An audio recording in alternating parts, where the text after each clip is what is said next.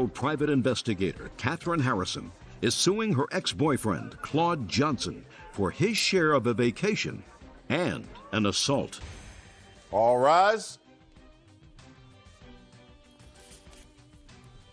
Your Honor, this is case number 165 on the calendar, the matter of Harrison versus Johnson. Parties have been sworn in, Judge. You may be seated, ma'am. Have a seat. Ms. Harrison, you and Mr. Johnson had a relationship that is now over. Correct. According to your complaint, some time ago you took a vacation together. You were supposed to split the cost of the vacation, and he still owes you for some of that bill. In addition, after you separated, there was some altercation involving Mr. Johnson, and you claim he assaulted you. You want to be compensated for your pain and suffering as a result of the assault. Mr. Johnson says what was left over from the vacation was a gift, because you said that you would take care of the extra expenses, and that he never assaulted you. As a matter of fact, it was quite the other way around. So, when did this love affair start, and when did it terminate?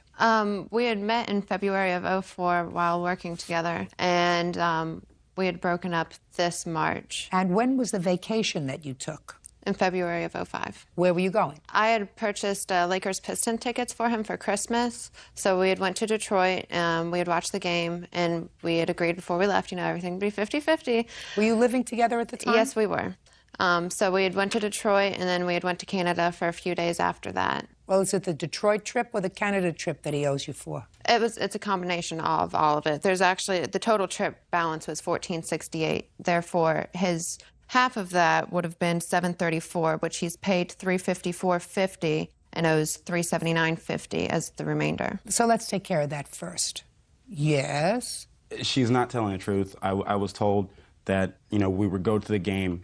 She said she's going to buy me the tickets. I'm like, okay. She's talking about she wants to go to Canada to go gamble. I'm like, I don't have the money to go gamble in Canada. I really don't want to go. She says, well, we'll put it on my credit card. Don't worry about it. It'll be fine. So I'm like, okay, let's go. I agreed to pay her money for the trip to Detroit, at the game and everything. But then, Well, how much was that part of the trip, Mr. Johnson? Well, the tickets were free. She bought them. No. Listen to me. Okay. How much was your half of the trip to Detroit? I really don't know. I paid for the hotel, drinks, food, stuff like that. No, just a second. Okay. Was that all put on her credit card? Well, I gave her the cash. I don't know if she paid with her credit card or whatever. That's on her. Go ahead. Your Honor, I have receipts, credit card statements, bank statements from all of the money that was spent.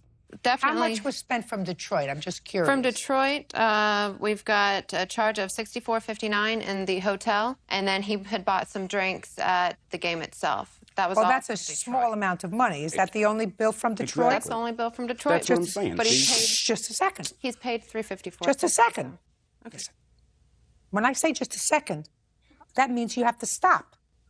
The only two bills from Detroit were a $65 bill from a hotel and a couple of drinks. Yes. Is that right? I guess, according to her bank statements. I don't, then what did you give her $354 for, sir? I don't recall how much money I gave her. We had other things going at the time, so, like, it gets really complicated.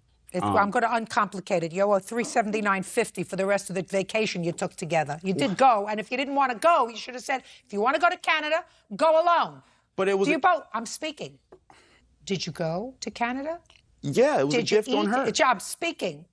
I just answer my question. Okay. Don't volunteer anything unless I ask you to volunteer, which will be never. Did you go to Canada? Yes, I did. Did you sleep in a hotel? Yes, I did. Did you eat food? Yes. You owe a $379.50. Oh, man. Now let's get to the assault. You broke up in March of 2005, and when do you allege this assault took place? June 13th. Tell me about it. I had went over to the apartment which we previously had shared together to talk about some previous matters that were unhandled. What? It was money for rent that was due after I'd moved out that he had not paid, and then I in turn had to pay. Well, what was your agreement as far as moving out and continuing to pay the rent? The agreement was that he was going to take care of the rent since he did not wish to leave the apartment, which I would have, stayed if he would have left and taken care of everything myself. Okay. Anyhow, he had moved in some roommates as well. So you went over there because you were held responsible for what month's rent? For the month of June, as well as the first 2 months we had lived there were half price, so they violated the lease, so we'd owed that money too. It was $1,300 that I had to pay. Why did you pay it? Well, I was buying a house, and I could not have that eviction on my credit if it was not Were you paid. evicted from that apartment? No, Did you stay to the end of the lease? no. The lease still isn't up yet. All right, so in June you went to see him about some money that you thought he owed you. Well, I had went over, and he was actually outside already, so he had just come up to the car. So we were talking through the window. It's not true. She's lying. Have you ever been in court before, No, Mr. I have Johnson? not. No. Since you have not, I'm going to give you a kindergarten course about court, especially mine. One party testifies, I ask questions. When she's finished testifying, you will be given an opportunity to testify. Okay. We don't shout out. This is not a discotheque. This is not a give and take. This is an organized, orderly process. Do we understand each other, sir? Yes. I don't have to explain this to you again, do I? No. Good. Keep going. Okay, so he was speaking to me through the window of the car, and he was under the assumption that he thought I had taken money from him earlier that morning when I went to get my mail. So he kept bringing that up, well, I don't care about all this money. Where's my $14? So he reaches in the car, takes my purse. I grab a hold of it before he gets it completely across me because I had it right here on my side. So when I wouldn't let go, he starts hitting me in my chest. And so in turn, I let go of the purse. So I got out of the car and, I was asking him, can I have my purse back, whatever. And he's pushing me and shoving me, pushing me, back from him. So, he goes into the house and gets away from the situation. So immediately I had dialed 911 to, reach the police. And they went to the door, and got him outside and talked to him as well. I have the police run log as well. I want to see a hospital record. Okay, well, I didn't go to the hospital. Doctor's report. I didn't go to the doctor. Get over it. Whatever pushing and shoving was done over the pocketbook was no big deal. Don't make it into a big deal. Then I begin to doubt your veracity. We understand each other? Sure. Good. Judge Judy continues in a moment. Have you paid her back? No. And as a matter of Are fact, you on drugs? No. Then just answer me. I said if you paid her back. The answer is no. One no will be sufficient. And later today, Let him take the car so that he could go to school and look for a job. That's what you're supposed to do. You're his mother. How many children do you have? I have 2. Well, it seems to me this one is doing okay, which means that your mother probably did something right. real cases, real people. Judge Judy. Catherine Harrison says ex-boyfriend Claude Johnson owes for a trip to Canada and for an assault. Did you think that she took money from your house? I know that she took money from my house. And how do you know that, Mr. Johnson? Well, I do have 2 roommates. My roommates were sleeping. It was about 7 o'clock in the morning when she came in my house. In the meantime, I had money on my table in my room. $14. $14, but it was all the money that I had at the time. So, it's like $1 million to me because it's all I had. Anyways, I go downstairs. I talk to her about whatever, the money situation, the rent, da-da-da. Okay, she says to me, how much money do you have? I'm like, well, not enough, Well, you're living there. Why don't you have money for the rent, Well, Mr. Johnson? this is about, I have got money. I had, like I said. Listen to me, sir.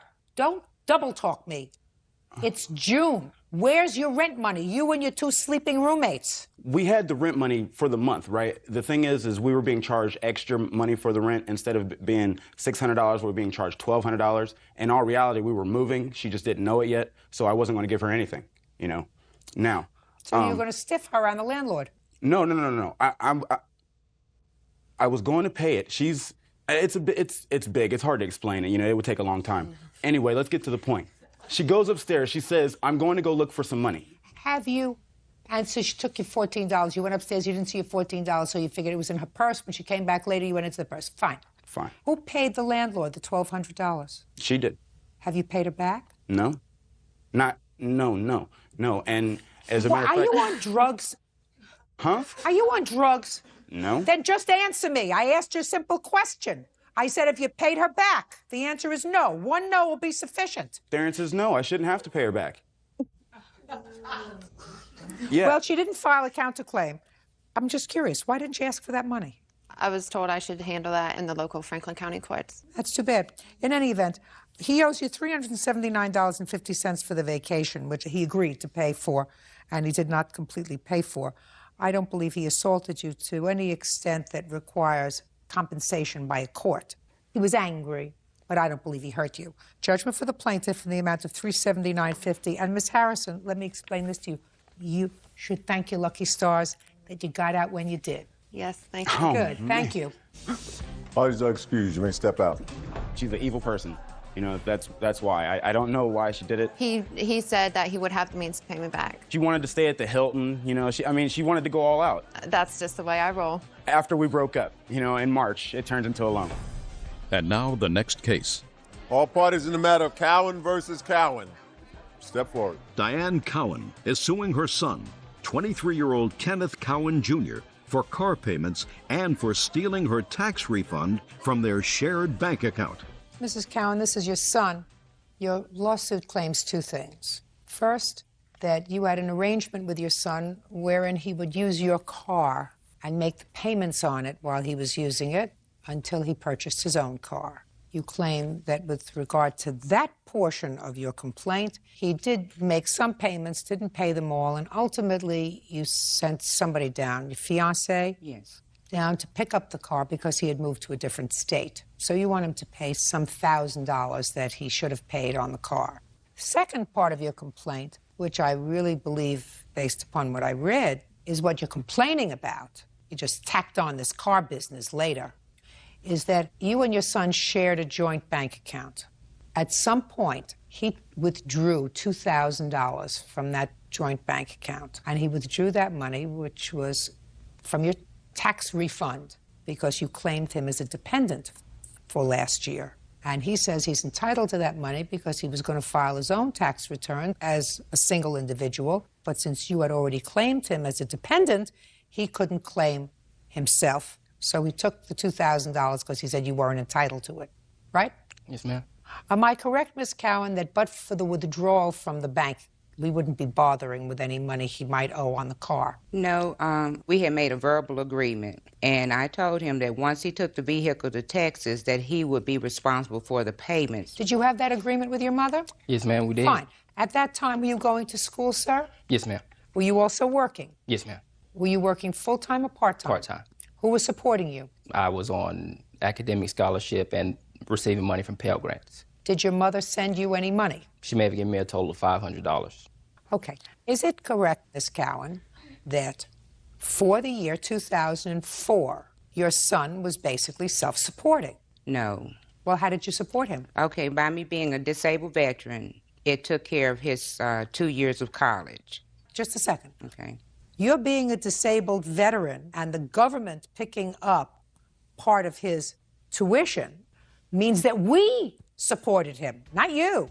Is it true that he was either self-supporting or on scholarships and or Pell Grants that he's going to have to return? Yeah, he was on Pell Grants, but I supported him as far as sending monies for groceries or if he ran short. How much money did you send him for the year 2004? I would say over $2,000. Show me. I don't have it as far as monetary back. Most of the time, I would always deposit it in my account because we shared account. Can I see have the- bank statements showing to where there were deposits made on the account, and these are the only cash deposits on the account are ones that I made.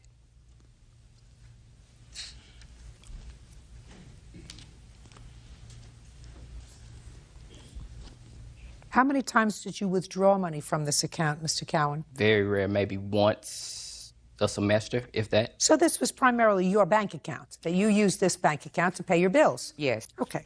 You have a copy of your tax returns from last year, sir? Yes, ma'am. My W-2s and my tax return.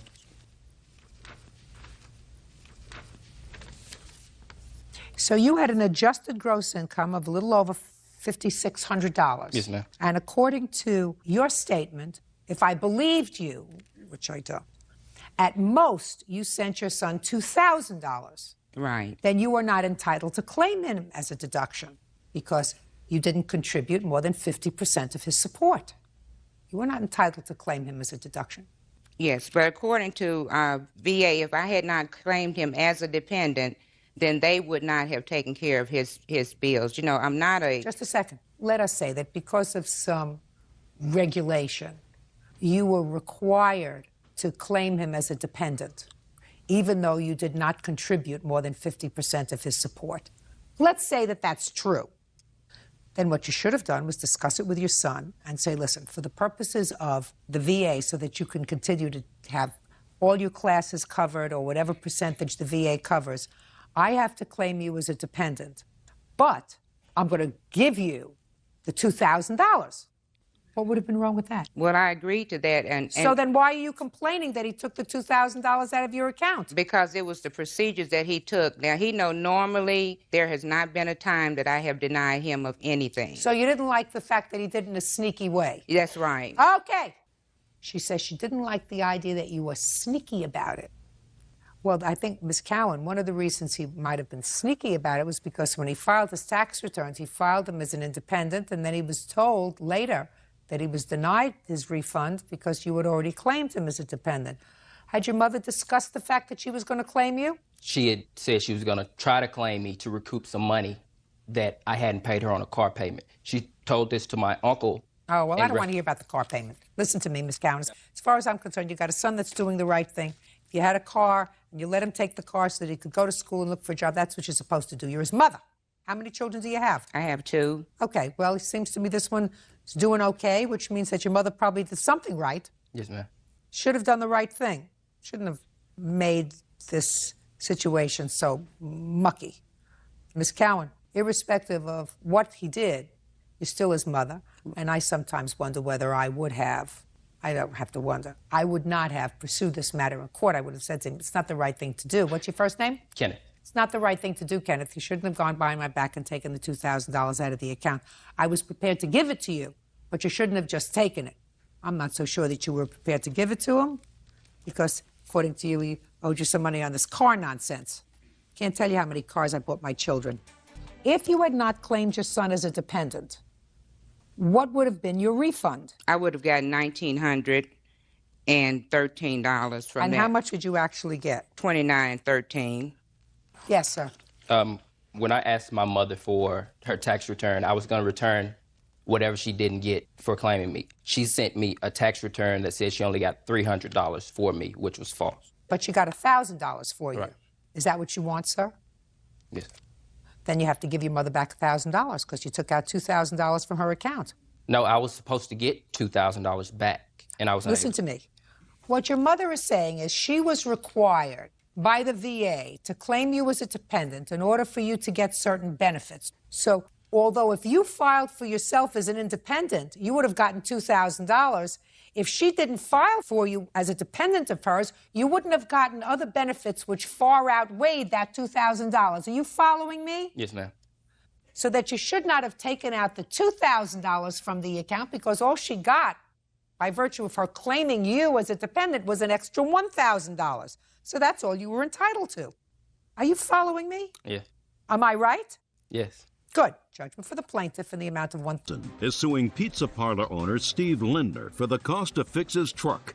Mitchell claims it was vandalized by Stephen's employees. All rise. Now, this is case number 219 on the calendar in the matter of Ergenson versus Lindner. Parties have been sworn in, Judge. You may be seated. Folks, have a seat. Mr. Urgenson, it is your claim that Mr. Lindner's employees vandalized your house and your car. And Mr. Lindner says that he wasn't there. As far as he's concerned, there is no proof that his employees did anything to your house and your car. Who do you live with, sir? Myself and my 2 daughters. How old are your daughters? 17 and 19. What kind of work do you do? I'm an electrical contractor. And you have a restaurant? Yes. Sometime in July, according to what I read, you ordered some food from Mr. Lindner's establishment. Have you ordered from him before? Many a times. What did you order? Antipasta salad and a turkey sandwich. And did they deliver it? Yes. Remember what date that was? The 22nd is the date of this, yes. No, the 22nd date of the first is when, order. Well, what For happened a was sandwich and a salad. we ordered a couple times and asked for extra Italian dressing prior to that. Well, I understand that, sir. I read the complaint. I read your complaint very carefully. Sometime before this incident, you had ordered a sandwich and a salad. Which was 2 weeks before. That's what I want to know. Thank you. 2 weeks before this incident. And you had ordered a sandwich and a salad with extra dressing for the salad. What kind of extra dressing did you want? Italian dressing. A couple extra cups. And had you ordered that before? Yeah. And had they always accommodated you before? Yes. Who was the salad and the sandwich for? Me and my daughter. Actually, my oldest daughter. Who was eating the salad? Who was eating the sandwich? Or were you sharing? Sharon. And your order came, and they didn't send the extra dressing. They didn't send any dressing. So you called back the restaurant.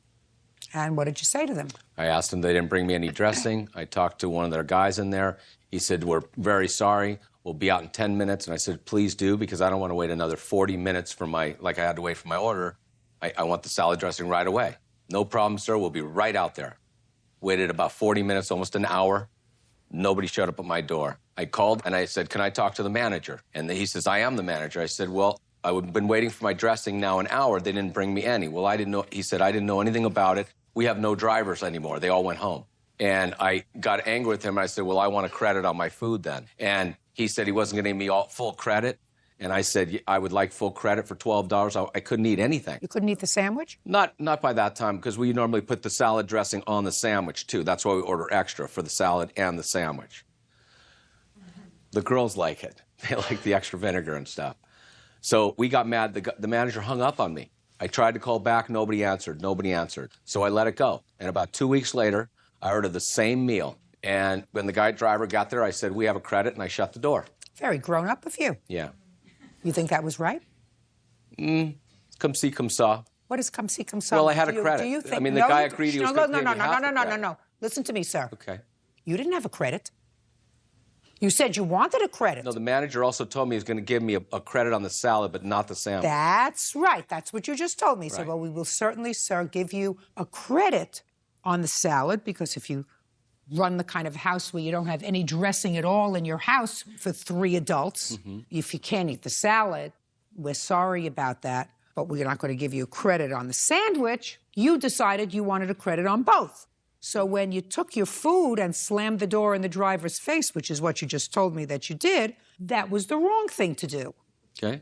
There were a lot of other things that you could have done other than stiff the driver. Because Well, it wasn't the driver, it was the pizza. No, it's the driver. Because they're giving them the food, and when they come back and he says, listen, we went to somebody's house and they wouldn't give us any money, either one of two things happen. Either they say, well, we're taking it out of your money, or they call you. Did they call you? No.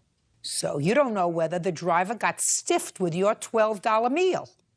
Anyway, Mr. Ergenson, it was very immature of you.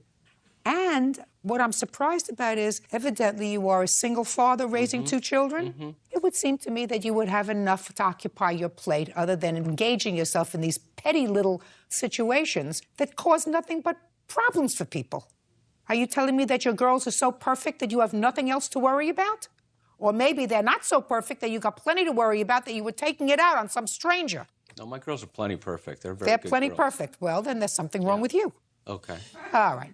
Now, For a single father that runs a business for 20 years and raises 2 girls since they've been 2 and 4, I think I'm pretty good. well, then I want to tell you something. If your girls are perfect and you run a nice business and you don't have enough to do with your time, I'd start volunteering a little bit more, because this business is ridiculous, petty baloney. So now what you're complaining about is that the next day, No.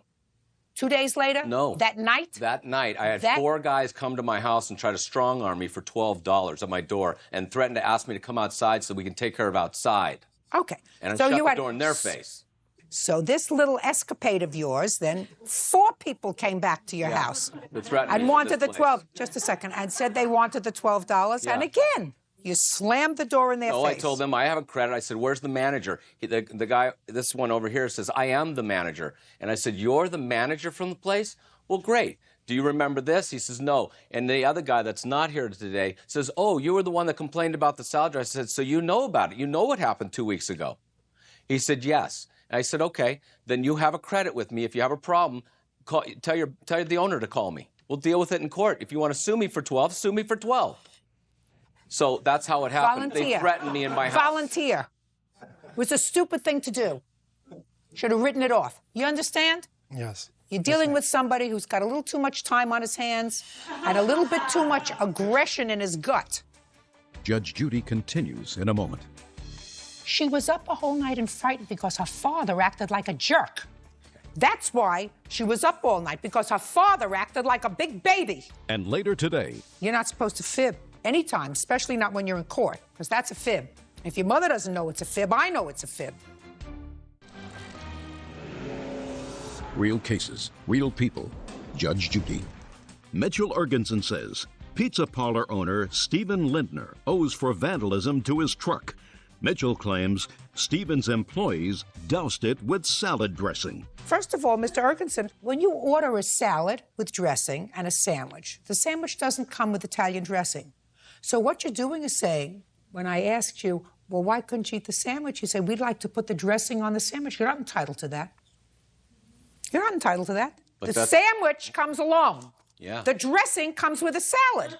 You want dressing for your sandwich, go to the store and buy a bottle of dressing so you have dressing for the sandwich. But it's not the same dressing. Their salad dressing has their own taste and their own life. It's like when you go to different restaurants. When you go into different restaurants, do you like different salad dressings that different restaurants serve you? Mr. Ergensen, listen to me very carefully, sir. Okay. Then you don't say, send me extra dressing for the sandwich that I'm not entitled to.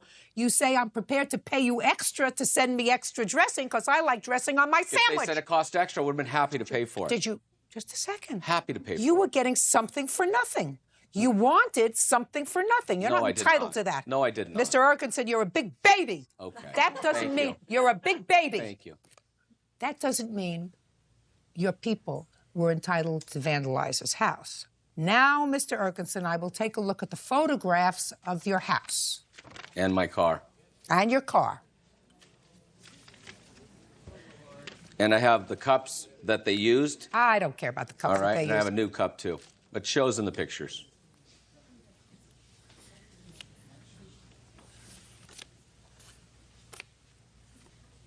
And they also have repairs that you might want to see. Let me see the bills. Mr. Lindner, the way to respond to someone who is behaving in an immature way is not to stoop to their level. There isn't a question in my mind, after examining these photographs, that this vandalism to the plaintiff's house was done by someone in your employ or in the employ of the restaurant. No question. You get me? Yes, ma'am. Ah. Now, I don't know whether you went home. I don't know whether they said, listen, he deserves it. What he did was he was acting like a baby, acting like a big baby. But you don't take the law into your own hands and commit a crime. Absolutely not. You want to file a police report and say he stole food from me? That's your prerogative. He did. It would be no different from him coming into a restaurant, having a meal, and getting up and leaving, and saying, well, the last time I was here, I didn't have a good meal, and I wanted a credit, and they wouldn't give me a credit. So this time, I'm enjoying my meal, but I'm not paying for it. No different. What he did was he stole from you. No, and for that, oh, yes, you did, sir. There is no difference from what you did than if you walked into their restaurant or walked into a, I'm speaking. No difference than if you went into a restaurant, ate, didn't like the meal, they wouldn't give you a credit. And a week later, go back to the same restaurant, order the same meal, and get up and leave. And if the police came, they would have arrested you for theft of services, because that's what it is. They still had no right to vandalize your house. Do you understand? Yes. You don't resort to that sort of behavior because he acted like a jerk. And came to my house and threatened me in my house. No, ma'am. And my daughter will attest to all that, too. Listen, I don't want to get your daughter involved. It's bad enough she had to be involved. It's bad enough she had to be involved with it because of your stupidity. From these guys doing this. No, listen to me. She was. Listen to me. She was up a whole night and frightened because her father acted like a jerk. That's why she was up all night, because her father acted like a big baby. Cost you $229.23. Is that right? And lost wages in my work. Well, that's too bad. Counted lost wages in acting like a jerk. They're not allowed to vandalize your property. Cost you $229. I hope it felt good. Do you understand? Yes, ma'am. Just 1 second. $229.23 less 12. $217.23. Judgment for the plaintiff. That's all. Parties are excused. We may step out. Apparently, I didn't bring him his dressings, which I did offer to bring back, which he did not want. I just wanted my order the way it should have. When they didn't bring me any, I was a little upset. He yelled at me for a good 6 minutes or so in the middle of the street. About principle. I just think it's about respect between customer and business. He was enraged, and he slammed the door in my face, and that was it. And now the next case. All parties in the matter of White versus York. Step forward, please. Lisa White is suing business owner Susan York for the cost to repair her vehicle. Lisa claims Susan's son, 8-year-old Dylan, hit it with a rock. Miss White, it is your complaint that Miss York's little boy, I assume this little boy, was throwing rocks in the street, and one of the rocks hit your car, causing some damage. That's correct. And you want his mother to pay for the damage. Miss York says she doesn't think her son was responsible for that. He was merely rolling rocks, although she wasn't there. She says that it was really your conduct that was outrageous on that day. So tell me when this happened. It was approximately 7 to 7:15 in the morning on May 12th. I was on my way to work. I was traveling down East Yacht Drive. Where is that? It's in Oak Island, North Carolina. As I approached the intersection where the children were, they were in the street. How many children were in the street? Approximately 5, 2 boys and 2 or 3 girls. I assume they were waiting for the school bus? That's correct. Okay. As I approached, I noticed that they were playing in the street, so I slowed down. They moved to the shoulder of the intersection. One little boy was throwing stones into the other empty lot across the street, and as I approached, Dylan threw a rock at my car, and I heard it hit. You saw him do that? Yes, ma'am. So you stopped your car, and what did you do? I got out, and I'm like, you, come here, what's your name? And I said, look at what you've done to my car. I said, where do you live? He said, down the street. I said, you get in my car, and I'm taking you to your mother to show her what you're doing at the bus stop. Well, he had extra stones in his other hand, and he threw those down. I said, no, you pick those up, you put them in my car, and we're going now. So he got into the car, and I took him straight to his mother's house. I told him to go upstairs and take the stones with him to show whoever was there. I didn't know which parent was home. I said, take those and show them what you've been throwing at my car, and send them downstairs to talk to me. And she came down to talk with me. And what did she say? Well, she asked him, did he do it? And why did you do that? I told you not to throw stones. I told her. What did he say? He's like, well, it was an accident. I'm like, no, it was not. I saw him do it. He said to his mother it was an accident. That's correct. Is that right? Yes, ma'am. Stand up next to your mother. Dylan, how could it be an accident if you were throwing the stones? I was rolling them across the road, and she was going like 70. Dylan, I don't want your nose to get long. I want you to tell me how it's an accident that stones that you were rolling on the ground hit somebody's car. I rolled it, it bounced up on another You rolled it and it bounced up. A rock. It hit another rock and it bounced. That's a fib, Dylan. You're not supposed to fib anytime, especially not when you're in court, because that's a fib. If your mother doesn't know it's a fib, I know it's a fib. You and your friends were throwing rocks, right? Yes. And one of the rocks hit her car. Yes. See how easy that was? Yes. What your complaint is, Miss York, and one that I quite frankly find compelling, is that Miss White exercised very poor judgment in putting your son in her car. This is correct. Because I don't think North Carolina is any different from any other place in this country. You don't take somebody else's child and put them in your car. That's very poor judgment, Miss White. I don't think there would have been anything wrong in you saying, if you live right down the street, you go right home, I'm going to follow you, so that you would know where he lived. But you don't take anybody else's child and put them in your car. Now, can I see a picture of the damage to your car? I do have a photo, but you cannot see the actual dents or chips in the car, in the paint. Well, it should just be one. No, there's actually several. I have a police report stating that the officer noted 6 chips areas. Well, he didn't chip it 6 times. He threw one rock. That's according to you. He had several stones in his other hand. I don't know how many stones actually hit. I don't know how many children were involved in throwing stones, but you said to me, I saw him throw a stone. I heard it hit my car. There's a difference in hearing 1 or hearing 6. Your Honor, may I say something? Mm-hmm. When she drove to my house, I saw one little dot, and then in return, it ended up being dents. I never saw a dent. She even herself said it probably won't be much. Well, what she's suing you for is $300. Yes, ma'am. Which isn't much. I think what your complaint is, quite frankly, despite the fact that I read your answer, and your answer gave me the same malarkey that he was rolling stones. Children don't roll stones. They throw stones at cars. And that's what he did, because that's what he just told me he did. Right, yes, ma'am. So you're responsible, because if you want to make sure that your son doesn't do that, and I assume he's done it before, right? Not that I'm aware of, no, ma'am. Never heard of him throwing rocks before? Not at cars. At anything? I mean, he's a little boy. I guess he does throw rocks, yes. Okay, well, if he's a little boy and he throws rocks, then you should be out there with him waiting for the school bus. Your Honor, I would like to say when he came home from school, I had asked him what happened. And he admitted that he had been rolling rocks. Rolling rocks doesn't... Rolling rocks, throwing rocks, and one hit her car. And then he proceeded to show me how she forcefully put him in her car. I have a written statement for... I don't take statements okay. from people. She had no right to put him in the car, take him in the car, ask him to get into the car, pick him up. Absolutely no right to do that. He wasn't injured. He went off to school that day. Did you go off to school that day? Yes. Did you have a good day in school that day? Yes. So he wasn't injured, emotionally or physically. But she did the wrong thing, and I've told her she did the wrong thing. So I read her the riot act. You still have to pay to have a car fixed. That's fine. Judgment for the plaintiff in the amount of $300. That's all. Thank you. Thank you. Excuse me, they step out.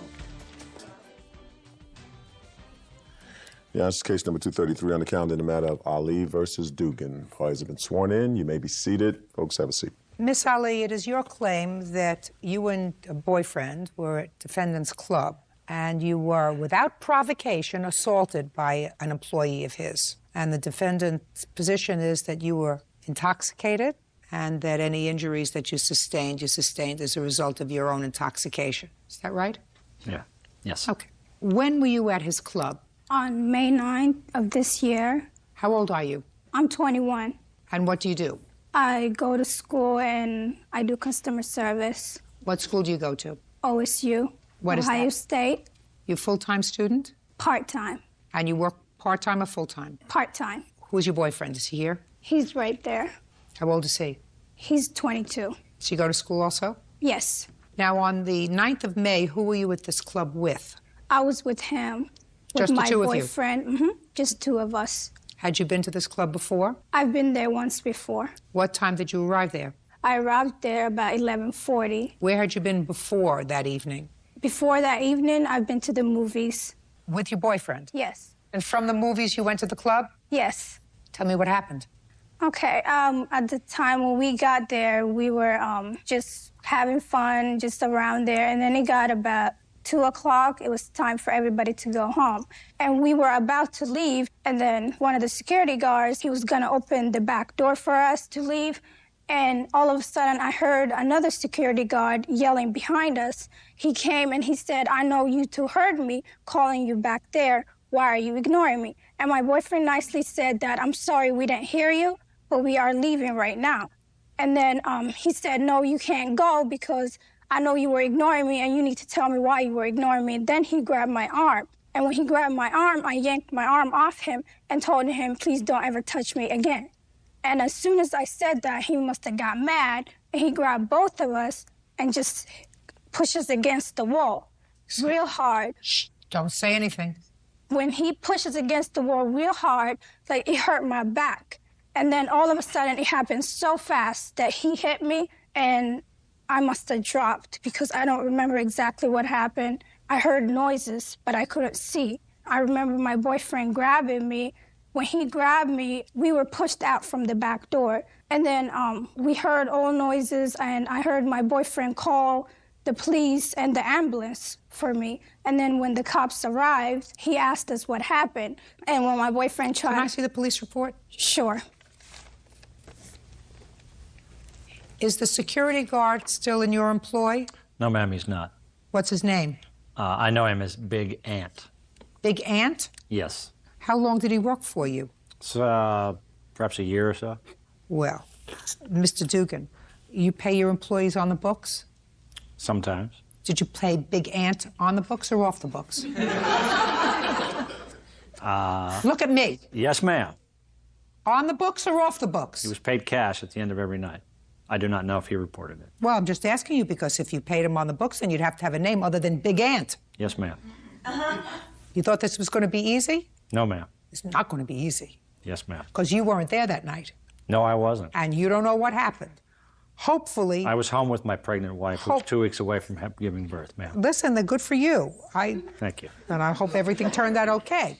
But right now you have this gentleman who I assume wants to tell me what he saw because he was there that night. Is that right? Yes, ma'am. You'll be up there in a second. I want you to make sure you got it all straight in your head. You understand? Yes, Your Honor. Any other reports that you have? No, ma'am. I have some pictures of the incident that I would like happened to see my them. eye. You were treated at the hospital for my eye. You had a laceration under your eye. According to the police, somebody socked you in the eye. Right. Is that the only injury that you sustained? Yes. Tell me your name. Troy Jones. On what date did Big Ant terminate your employ? As of that night. Not heard from him since. When you say as of that night, is that because he didn't return to work on the 10th? Or because you told him not to return to work on the 10th? He left before the police arrived, or when the police arrived. And you know that from this gentleman? He and other employees. Why did Big Ant take off? Have no idea, Your Honor. All right. Mr. Jones, how long have you been in Mr. Dugan's employ? On and off for about 5 years. In what capacity? I work with the bands that work there on a particular night, specifically Sunday nights. What do you mean you work with the bands? I'm also a member of the band also. How many hours were you working that night? I usually arrive at the club early, about 8 o'clock, and then the band usually starts performing anywhere between 10:30 and 11 o'clock at night. When you're playing with the band, do you have any alcohol? No, I don't drink at all. Tell me what you observed on the 9th of May. At around 2:15, we're between 2:15 and 2:30.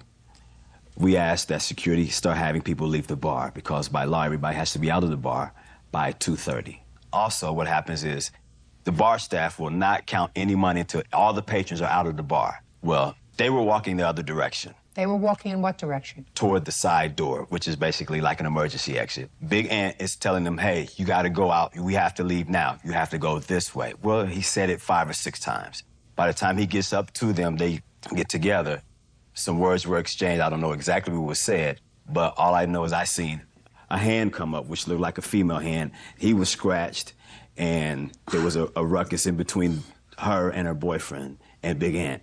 And it wasn't a punch. It was more or less like an open hand smack like that. But he's a big guy, so it may have caused some damage. But it looked like she attacked him first. Well, that's a lie. No, that's you not didn't. true, Your Honor. Shh, Mr. Jones, you didn't actually see that. Yes, I did. From where I was standing, what I could see, yeah. Where you were standing, what you can see. Now, you're equivocating. The one thing you didn't equivocate about was you saw Big Ant hit her. It looked like with an open hand somewhere around her face. That you said you saw. Yes. Well, an open hand doesn't cause this kind of damage. Judge Judy continues in a moment. I saw what appeared to be a female hand. Of necessity, it would have to be the plaintiff, unless her boyfriend has feminine hands. And later today. Well, when you pulled it off, madam, you scratched the paint. No, I didn't. Yes, you did! No, I didn't. Listen to me. Yes, you did. That's why I'm here and you're there. Real cases, real people. Judge Judy.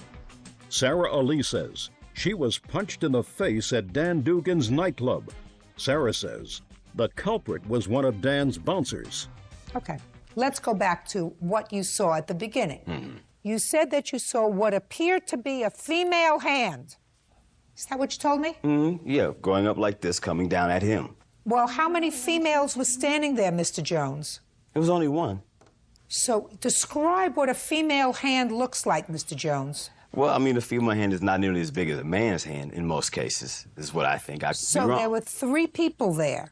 Right. Is that right? Big Ant, this young lady, and her boyfriend. Right. So when you say to me, I saw what appeared to be a female hand, of necessity, it would have to be the plaintiff, unless her boyfriend has feminine hands. Is that right, Mr. Jones? Could be, could not be. Well, I mean, by a process of elimination, if there are 3 people standing there, unless, according to you, Big Ant scratched himself, sir, it would have to be one of the other 2 people. Right. Right? Yes. I'm having too much fun. Now, did you wait around for the police to arrive, sir? Yes, ma'am, I was still there. Did you observe the ambulance? I seen the ambulance pull up, yes. So you knew that the police were treating this as a serious incident? Yes. Is that right? Well, if they were called, yes. And if they were treating this as a serious incident, clearly they were treating this young lady as the victim. Right. And certainly, based upon what you told me, you observed that this young lady was the aggressor in this incident. Is that right? Yes, they both were. No. You didn't say both. I said who was the aggressor. Based upon what you told me, she was the aggressor. Is that right? Mm-hmm. And you would want to be a good citizen. You are a good citizen, aren't you, Mr. Jones? Yes, Your Honor. Could you explain to me how the police report is silent with regard to your statement to the police that she was the aggressor and scratched him? No policeman ever came and talked to me. Well, do you think that the police have some sort of crystal ball? If you have information that this employee of the club that you know for a year was the real victim, and there were a lot of people there, you think it's a good idea to go up to the police and say, listen, I saw the whole thing. She scratched him first. Look at his face. Well, the police report doesn't say anything about Big Ant having any scratches on his face. Well, he wasn't there to make a report. Even more of a reason for someone who witnessed the whole process to go up to the police and say, listen, the guy took off, but he was really not responsible. She was responsible. She assaulted him. Isn't that right, Mr. Jones? Yeah. Sit down. Can I make one statement? Anything else you want to say to me, Mr. Dugan? I don't think so, Your Good. Judgment for the plaintiff in the amount requested, $3,000. That's all. Apologize to you. You may step out. Had you contacted me, I would have helped you, and I'm really sorry what happened to you. I'll back to it. I'm really sorry what happened. I'll back. Okay. I'm going. Thank you. Thank all of you. Have a good life. She rendered her decision as she saw fit. That's her job. I think I got what I deserved. I'm happy with the judgment, but I still they need some regulations in that club. As I was leaving, this security guard comes out of nowhere and picks on us for some reason. They said that a woman was punched by a bouncer when she refused to leave. I tried calling the club many times. They want to come and have a nice time and behave themselves and leave when it's time to leave? Great. I never went back there after that happened, and I don't intend to go back. And now the next case. All parties in the matter of Villapudua versus Contreras, step forward. 22-year-old Lorena Villapudua is suing her boyfriend's ex, 24-year-old Magdalena Contreras, for vandalizing her car. Lorena claims Magdalena ripped off the license plate frame. According to your complaint, the defendant, Ms. Contreras, is your boyfriend's ex-girlfriend. Correct. They also have a child together. Right. How old is that child? He's 6. Are you pregnant again? Yes. Whose baby is that? My fiance. You live together? Yes. You only have one child? Little Rudy, and then this one that's coming on the way. Okay. According to your complaint, you and your fiance were at an open school night at Rudy's school. Right. The defendant was there with her mother? Yes. There was some sort of an argument that took place, and after that, Miss Contreras vandalized your car. Yes, because she was upset with him. Miss Contreras says she didn't do as much as you said she did, just did a little. Is that your defense? Yes.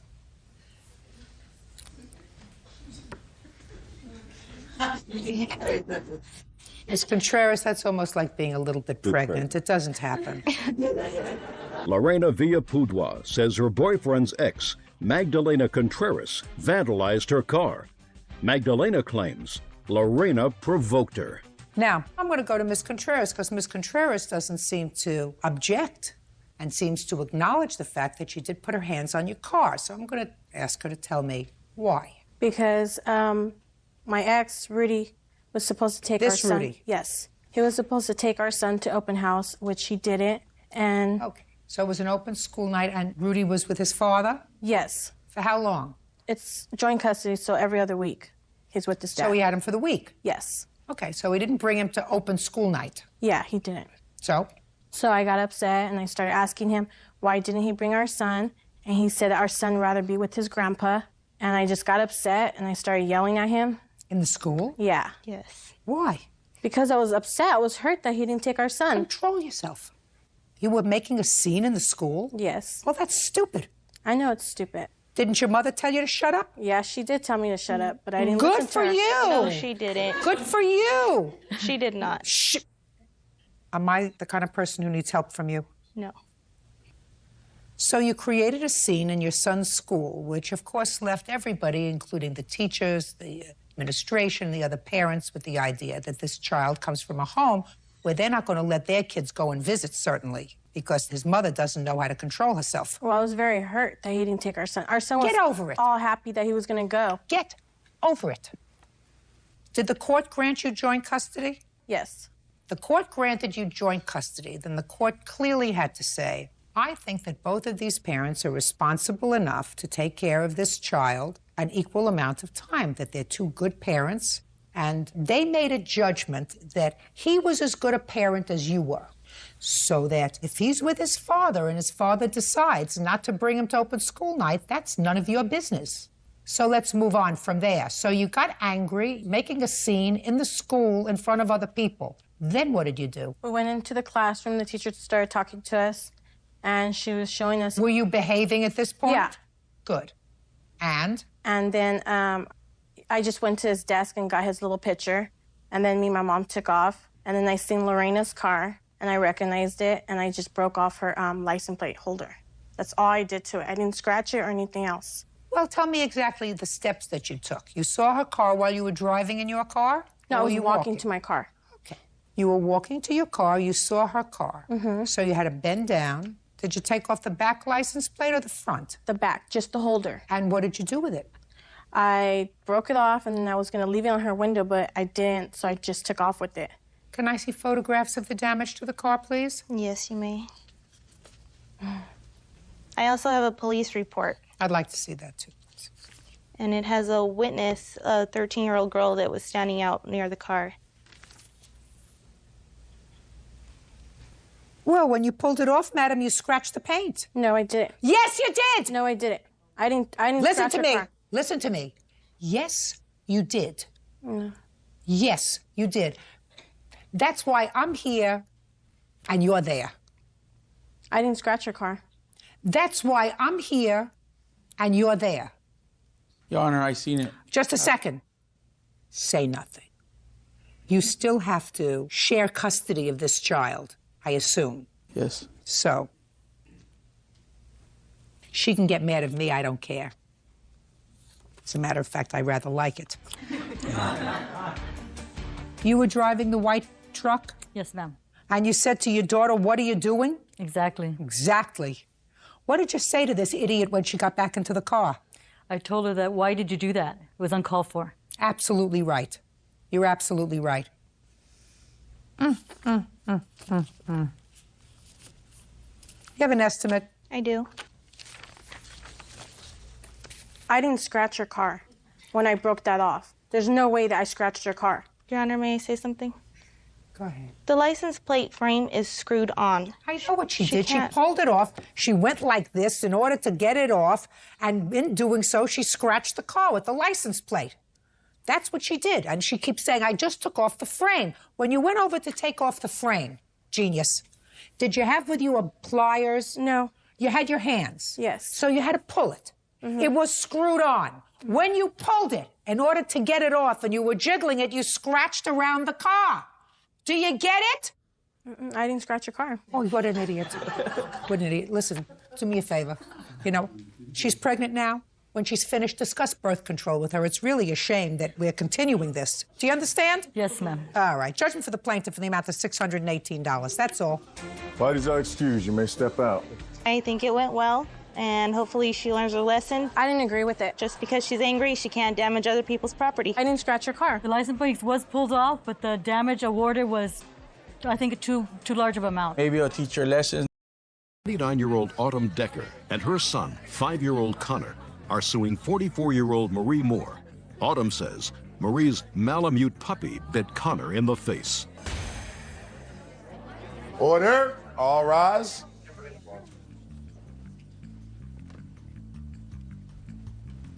Yeah, this is case number 261 on the calendar in the matter of Decker versus Moore. Parties have been sworn in, Judge. You may be seated. Folks, have seats, please. Mrs. Decker, the defendant's dog bit your son on the face. Yes.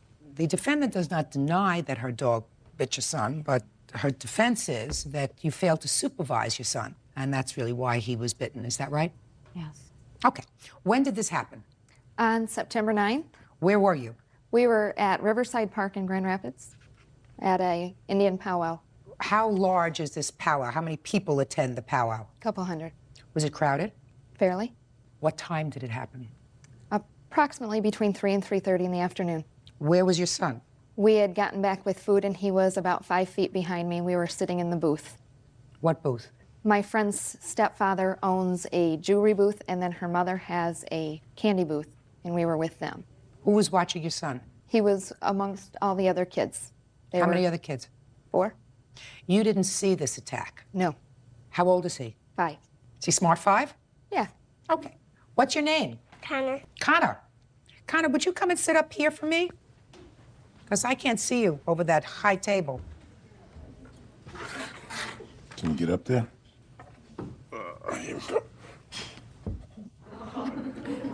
Hi, Connor. Do you know who I am? You know my Judge Judy. Right. Do you know what my job is? Do you know that you're in a court? Do you know what happens in a court? Did your mom tell you? No. Well, let me tell you. In a court, 2 people have a disagreement, and I'm supposed to make a decision as to who's right and who's wrong. You understand that? So it's very important that the people who tell me things in court tell me only the truth. Mm-hmm. You know what the truth is? Yeah. People tell the truth.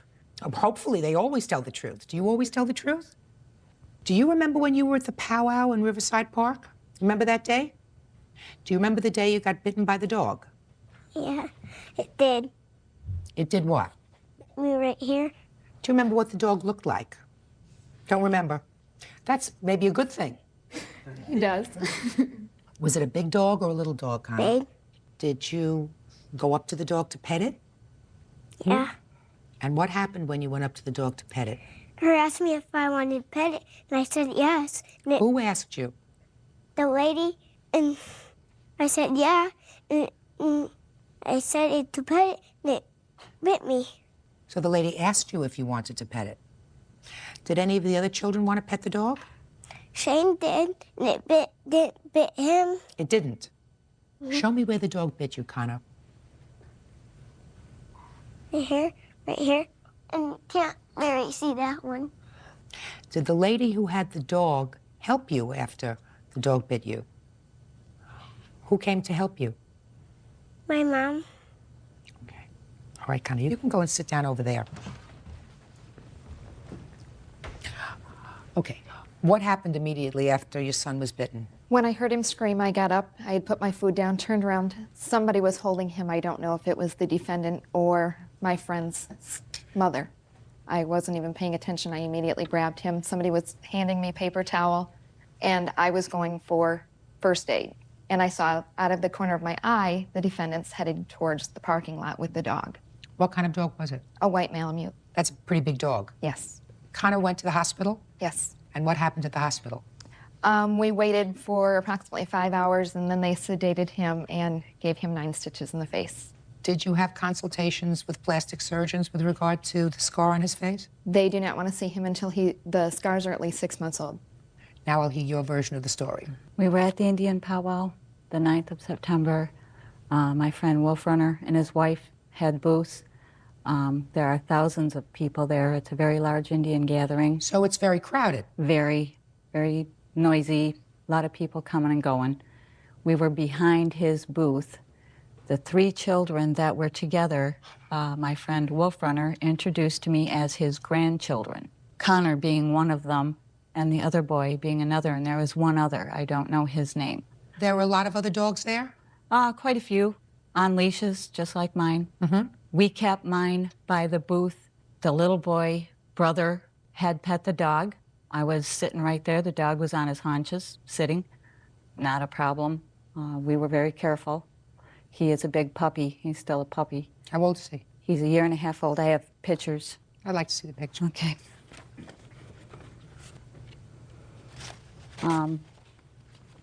We were in back of the booths getting ready to say goodbye to my friends Bonnie and Wolf Runner. The dog was sitting on his haunches. My friend Rick, my witness, had the dog by the leash. I had him by the collar.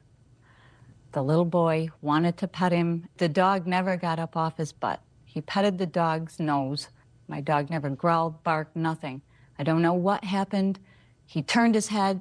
The dog, within a second or less, grabbed his face. Rick had him down on the ground. I picked the little boy up. He was still standing. I called Bonnie, who I thought was his grandmother. That's who I was introduced to. And Bonnie came running out, and I handed the little boy to his mother, if that's who it was. And the dog was never loose nor anything. I understand that. Yeah. There's no question that the dog was on a leash. Right. And after the bite, Wolf Runner said, "Get the dog out of here. I don't know what agitated it. Get him out." I said, "Please let me know as soon as possible." And he said he would. Okay. Step up, please. Tell me your name. Richard Scio. Mr. Scio, if you were to relate to me the events of that afternoon, would they be pretty much consistent with what the defendant had just told me? Yes, ma'am. So the little boy did absolutely nothing to the dog? No. The little boy came up, touched the dog on the nose. The dog did not flinch. He didn't torment the dog. He didn't spook the dog. And the dog, when he turned his face, the dog just went for him. Real cases, real people. Judge Judy. Autumn Decker says her son, 5-year-old Connor, was bitten in the face by Marie Moore's dog. It's not a difficult case. No. Here we have a situation where you have a child who's been injured by your dog. I don't even have to ask you whether your dog has bitten anybody else before. No. I assume not. Never. But the dog did bite this child. Yes, he did. And who should bear, first, the financial cost of the doctor's bills, et cetera, with regard to the dog? Clearly, you have to do that. You know, it's always difficult when you take a dog to a large gathering. I'm a dog owner, and I know that even my little dog gets a little nervous when they're around so many, she said hundreds, you said thousands of people. When you have a big dog that's around thousands of people and there are kids, you sometimes run the risk of your dog becoming more agitated than normal, more anxious than normal. So you are clearly responsible. I don't think that you're bad people. You did have your dog on a leash, but you're clearly responsible. I don't buy into this sometimes artificial statutory scheme which says that every dog is entitled to one bite before the owner's liable. In my view, which is, I believe, the common law view of this kind of situation, you have an innocent party and a guilty party. The guilty party had a dog, looks like a lovely animal, but certainly capable of doing damage, and did damage, and you're responsible, absolutely. Your request for judgment is for $3,000, which I assume includes your medical bills and whatever plastic surgery Connor is going to have to fix that scar on his face. Judgment for the plaintiff in the amount of $3,000, that's all. Parties are excused. You may step out. She filed enough papers in our county that they came to my home and took my dog and killed him. Any dog that bites, especially a child, should automatically be euthanized after the quarantine. The lady asked me if I wanted to pet it, and I said, yeah, and I came up to pet it, and it bit me. And now the next case. All parties on Ponterero versus Peach. Step forward, please. 22-year-old student Corinne Ponterero is suing her ex-roommate, 22-year-old student Rebecca Peach, for breaking a lease. Rebecca says she moved out because she needed gallbladder surgery. Ms. Ponterero, according to your complaint, you and the defendant know each other from college, and you had decided to room together for this coming year. Yes. When did you sign the lease? Last year. What month? I believe it was in April. And at some time, about a month later, the defendant decided that she did not want to live with you, and you've had to move into this rental by yourself. You want her to pay her share of the year's rent. Yes, it's a 3-bedroom apartment. There's me and one other housemate.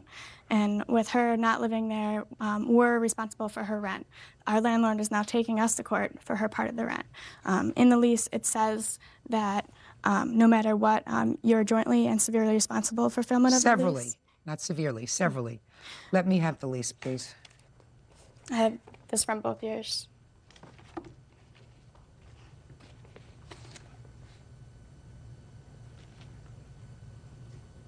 Okay.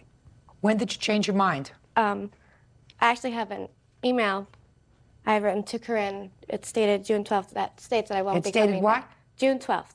Okay, you changed your mind June 12th. It wasn't so much changing my mind. I was very ill. Kurt and I were disagreeing with not a very good living environment for myself. And I have doctors, notes, everything. It was impossible for me to come back to school. So then what did you do to try to get a new roommate? With me being sick, it was hard. What That's were you why sick with? I had my gallbladder taken out 2 years ago. I vomit a lot. I throw up a lot. That's why I had written her the email to let her know that I won't be back, that I'm going to need help with this. Let me see the email. I have it highlighted of where I said I wasn't going to be back.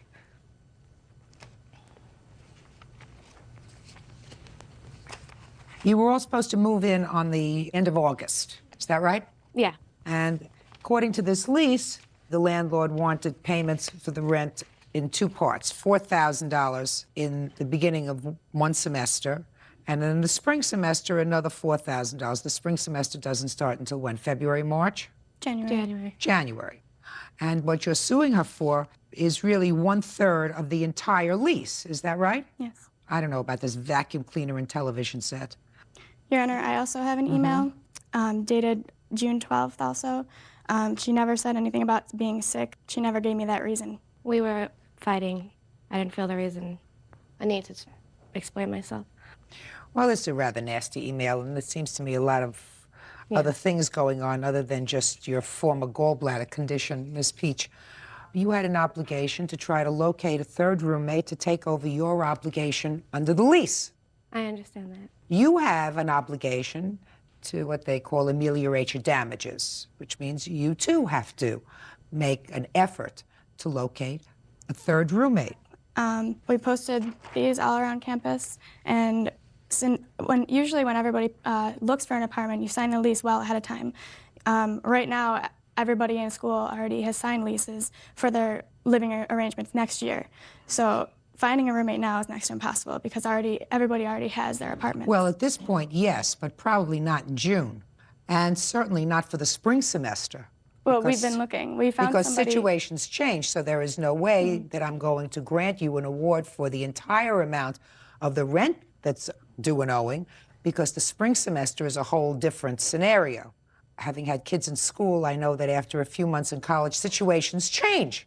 And kids say, I don't like living with you, and I don't like living with you. I'm going to look for a new roommate. You make new friends, so you can find yourself in a position of filling up that third bedroom, which I'm sure you use now occasionally anyway. You have visitors come up and they use that room? Actually, it's pretty empty. That's not what I asked you. I said, do you sometimes have visitors, friends come up and use that room? Parents, anybody else? Not that room, no. They don't use that room. It just stands as a shrine to the defendant. What's next? If I may interject for a second. Sure. The TV we had bought together, I had left her half the money for it when I moved out in the summertime. And the vacuum cleaner, I don't remember us having one second semester because our first semester housemate took it with her. We didn't have a vacuum the second semester. Well, that's what some of the other things she's suing for, a vacuum cleaner and a television set. I had gotten a phone call from the Fredonia Police Department about me stealing a television and a vacuum cleaner. Now, when I went up to school, I made sure nobody was there. I took all of my stuff out, left her half the money for the TV we bought together, which was $60. And did you take the TV? And I took the TV with me. And I did not take the vacuum. I'm living at home. I don't need the vacuum cleaner. At the time, I didn't know she had left the money because my other housemate had set it aside for me, but she wasn't home. So I went to the police department and I filled out this report, and I find it hard to believe that the TV and all her stuff would be gone, along with the vacuum cleaner. Well, she says she took the TV, but she left you money, which you acknowledged because your roommate had the money. Yeah, she took and just the money. didn't tell you, so you included the TV in the police report that you filed against her, and the TV should not have been included in that police report. Well, she says that we bought the TV together, and we did not. I bought it on my credit card, and I have the receipt here if you want. We split that. Well, it's very possible you put it on your... I'm not going to get involved with $60 for a television That's fine, set. too, but I did not take a vacuum cleaner. There's no proof that you took the vacuum cleaner. What's next? Well, I have all the copies of the bills from last semester. That some of them we still owe, some of them are in her name, some of them are in mine. I just got a $617 phone bill in my name, which I don't know why it's still in my name, but I just received this phone bill from the phone company. Let me see. Why don't you, Bert, instead of my looking at them, why don't you have them exchange these bills and look at them?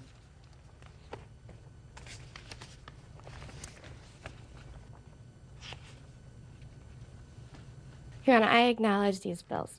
Good. What I want to say is that I I never received them to pay them. Okay, so there are $624.17 in bills that she says that you owe from last semester, and you got a phone bill for $600. And $17, yes. Right?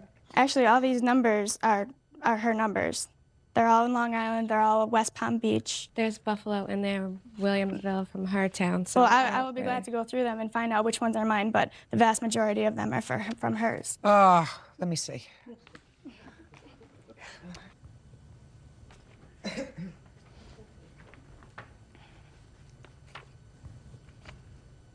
You expect me to go through all these charges? No. Good. Then step outside. Call you back in 5 minutes. Here, Bird, send them outside, please. Thank you.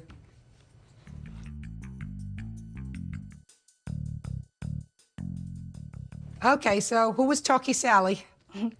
Well, I went over the long-distance bills, highlighted what I owe, everything from the Buffalo and Buffalo area, and I owe $9.30. Is that right? I guess so. I didn't really look at it. What do you mean? She had it. Really She had the look? calculator. All right, so let me see the entire phone bill, please.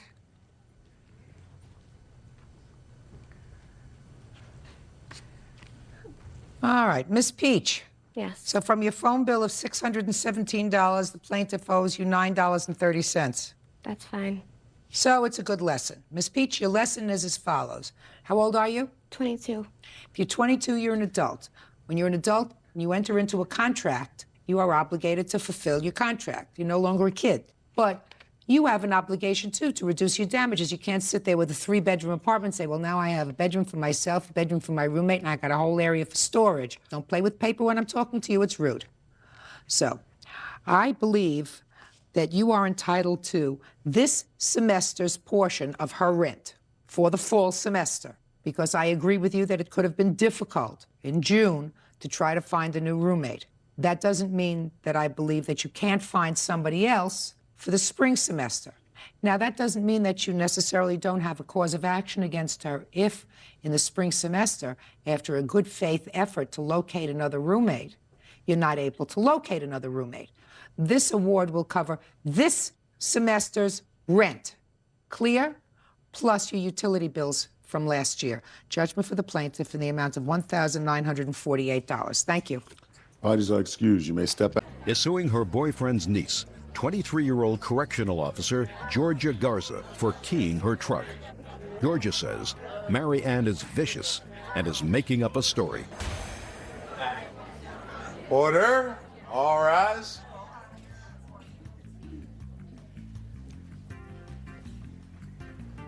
Yes, case number 338 on the calendar in the matter of Kaiser versus Garza.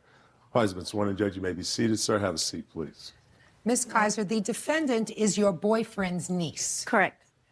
Boyfriend? Yes. Niece. Correct. And it is your claim that she vandalized your car by keying it. Correct. According to you, Ms. Garza, your uncle was highly inebriated. Mm-hmm. And he couldn't drive home from a club or a party that you were at? That's correct. So you and a friend decided to drive him home. Yes, ma'am. Where he was living with the plaintiff. Yes, ma'am. And what date was this? Do you remember? We had went out on Thursday. It was July the 20th. And we left the club approximately at about 2:30 in the morning. Were you with your uncle? No. I was there with a friend, and we ran into him. What made you think he was too drunk to drive home? Because he was stumbling, and the guy from the door had taken his keys because he had parked right in front of the door. So you volunteered to drive his car home? That's correct. What happened when you got to the house? When we got to the house, Mary Ann had locked the door, and he was upset. We had to help him up the stairs. He started banging on the door. She came out. She started cursing and yelling that I had him out, and she was just saying all sorts of types of stuff. And we just helped him in the apartment. She kept telling us that we had to leave, and she was yelling at us. And my uncle was wanting us to stay there because he wanted us to drink another beer with him. And I was telling him... That was the last thing you needed. I was telling him that I had to go because I had to go home to my baby. And she was telling me to leave, and my uncle was persistent. And then they got into altercation. We proceeded towards the door. My friend opened the door. When she opened the door slammed because it was kind of windy outside. And she started cursing again. We were walking down the stairs. We just ignored her because she looked intoxicated herself. She was yelling at us down the stairs, and we just ignored her because she's making an idiot out of herself. Okay. And you went home? That's correct. Okay. So your boyfriend went out that night. Right. Had he asked you to join him? No. Were you annoyed with him? We were mad at each other at the time. So he decided to leave on his own. So he went. And they came home? They came home at approximately 2:35 in the morning. Go ahead. They stood at the door. When I opened the door, I said, "What are they doing here?" And he said, "Well, they're here to have a drink with me." And I said, "Well, they're not going to have a drink with you." She said, "Well, I had to drive him home." And I said, "Well, fine, thank you. Give me the keys." So I get the keys. They still step in. I stood by the door, and I told him, "You're not going to have another beer, so you might as well leave." Then I asked him, I said, "Who is this other girl?" He goes, "I don't know. It's her friend." And she goes, "My friend Lori." I said, "What are you doing bringing strangers home?" And then he goes, "Well, you they were just wrong gave-" at that. You were wrong at that point. And I asked him. Because you didn't know the story. That she drove him home? You didn't know the whole story. I mean, if she was with her friend and they were leaving the club, well, they and were he was drunk, and he was drunk, they weren't together. Well, she had already told me. Why are you being aggressive to her at all? Because her and I do not communicate. She drove him home fine. I said, "Thank you. Give me the keys." She gave them to me, and I said, "You guys can go home. You're not going to have another beer."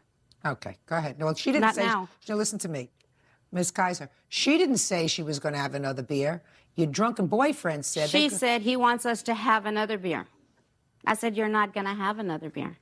So I repeatedly asked him to leave again and again, and they still wouldn't. So then I started, getting upset. Yes, I did. Her friend Lori slams the door open, rushes down the stairs. She starts cursing me, and she goes after her, doing the same thing too downstairs. So I did it up here. I did it up here too, yes.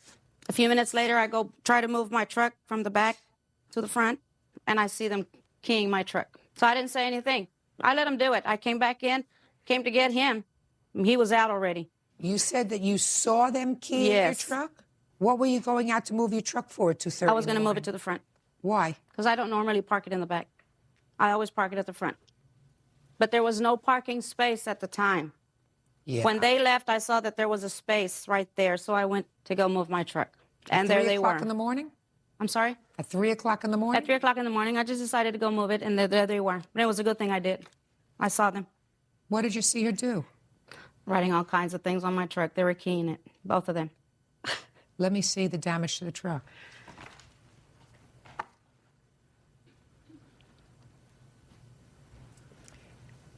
You filed a police report? Yes, ma'am, I did. I'd like to see it, please.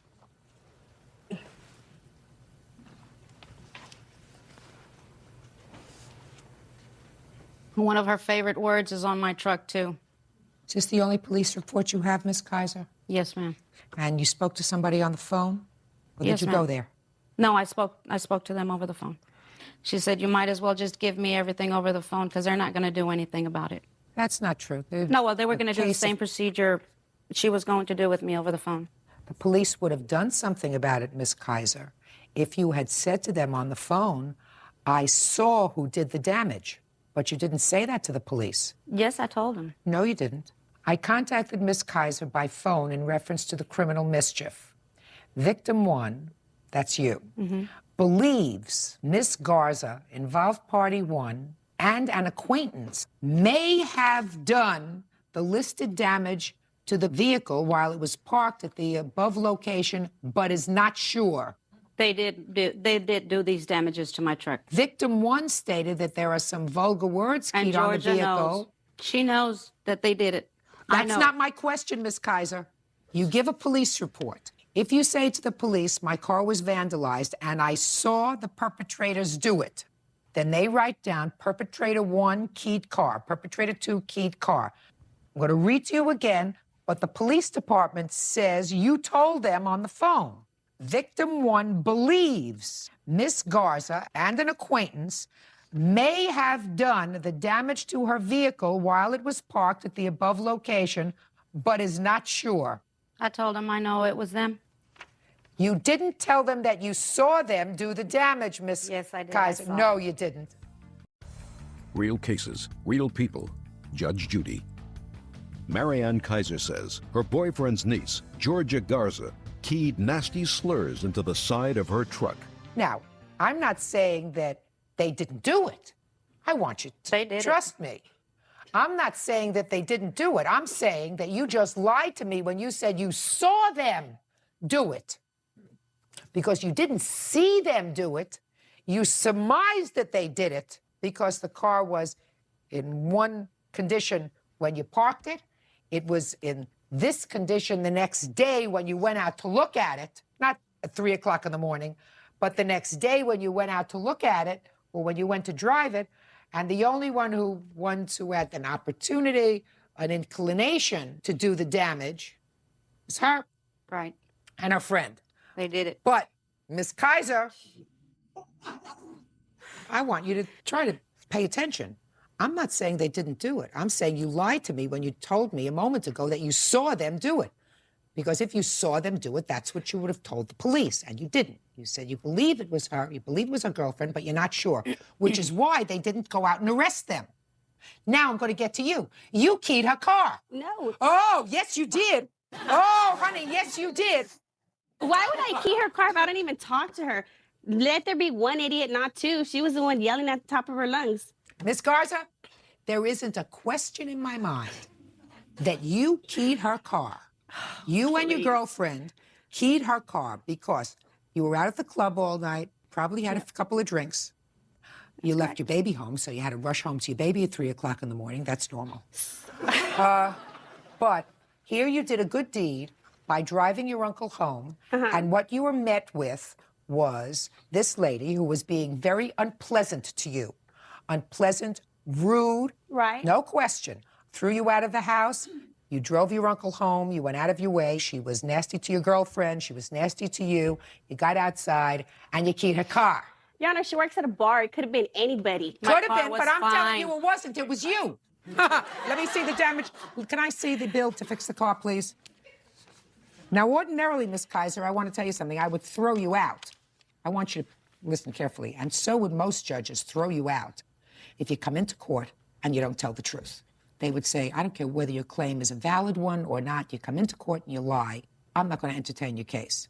But in this particular case, since I am 100% certain that she and her girlfriend caused the damage to your car, and since there also isn't a question in my mind that the police said to you, if you didn't see who actually did it, then you just surmise it's her. There's nothing that we can do, because that's what you told them.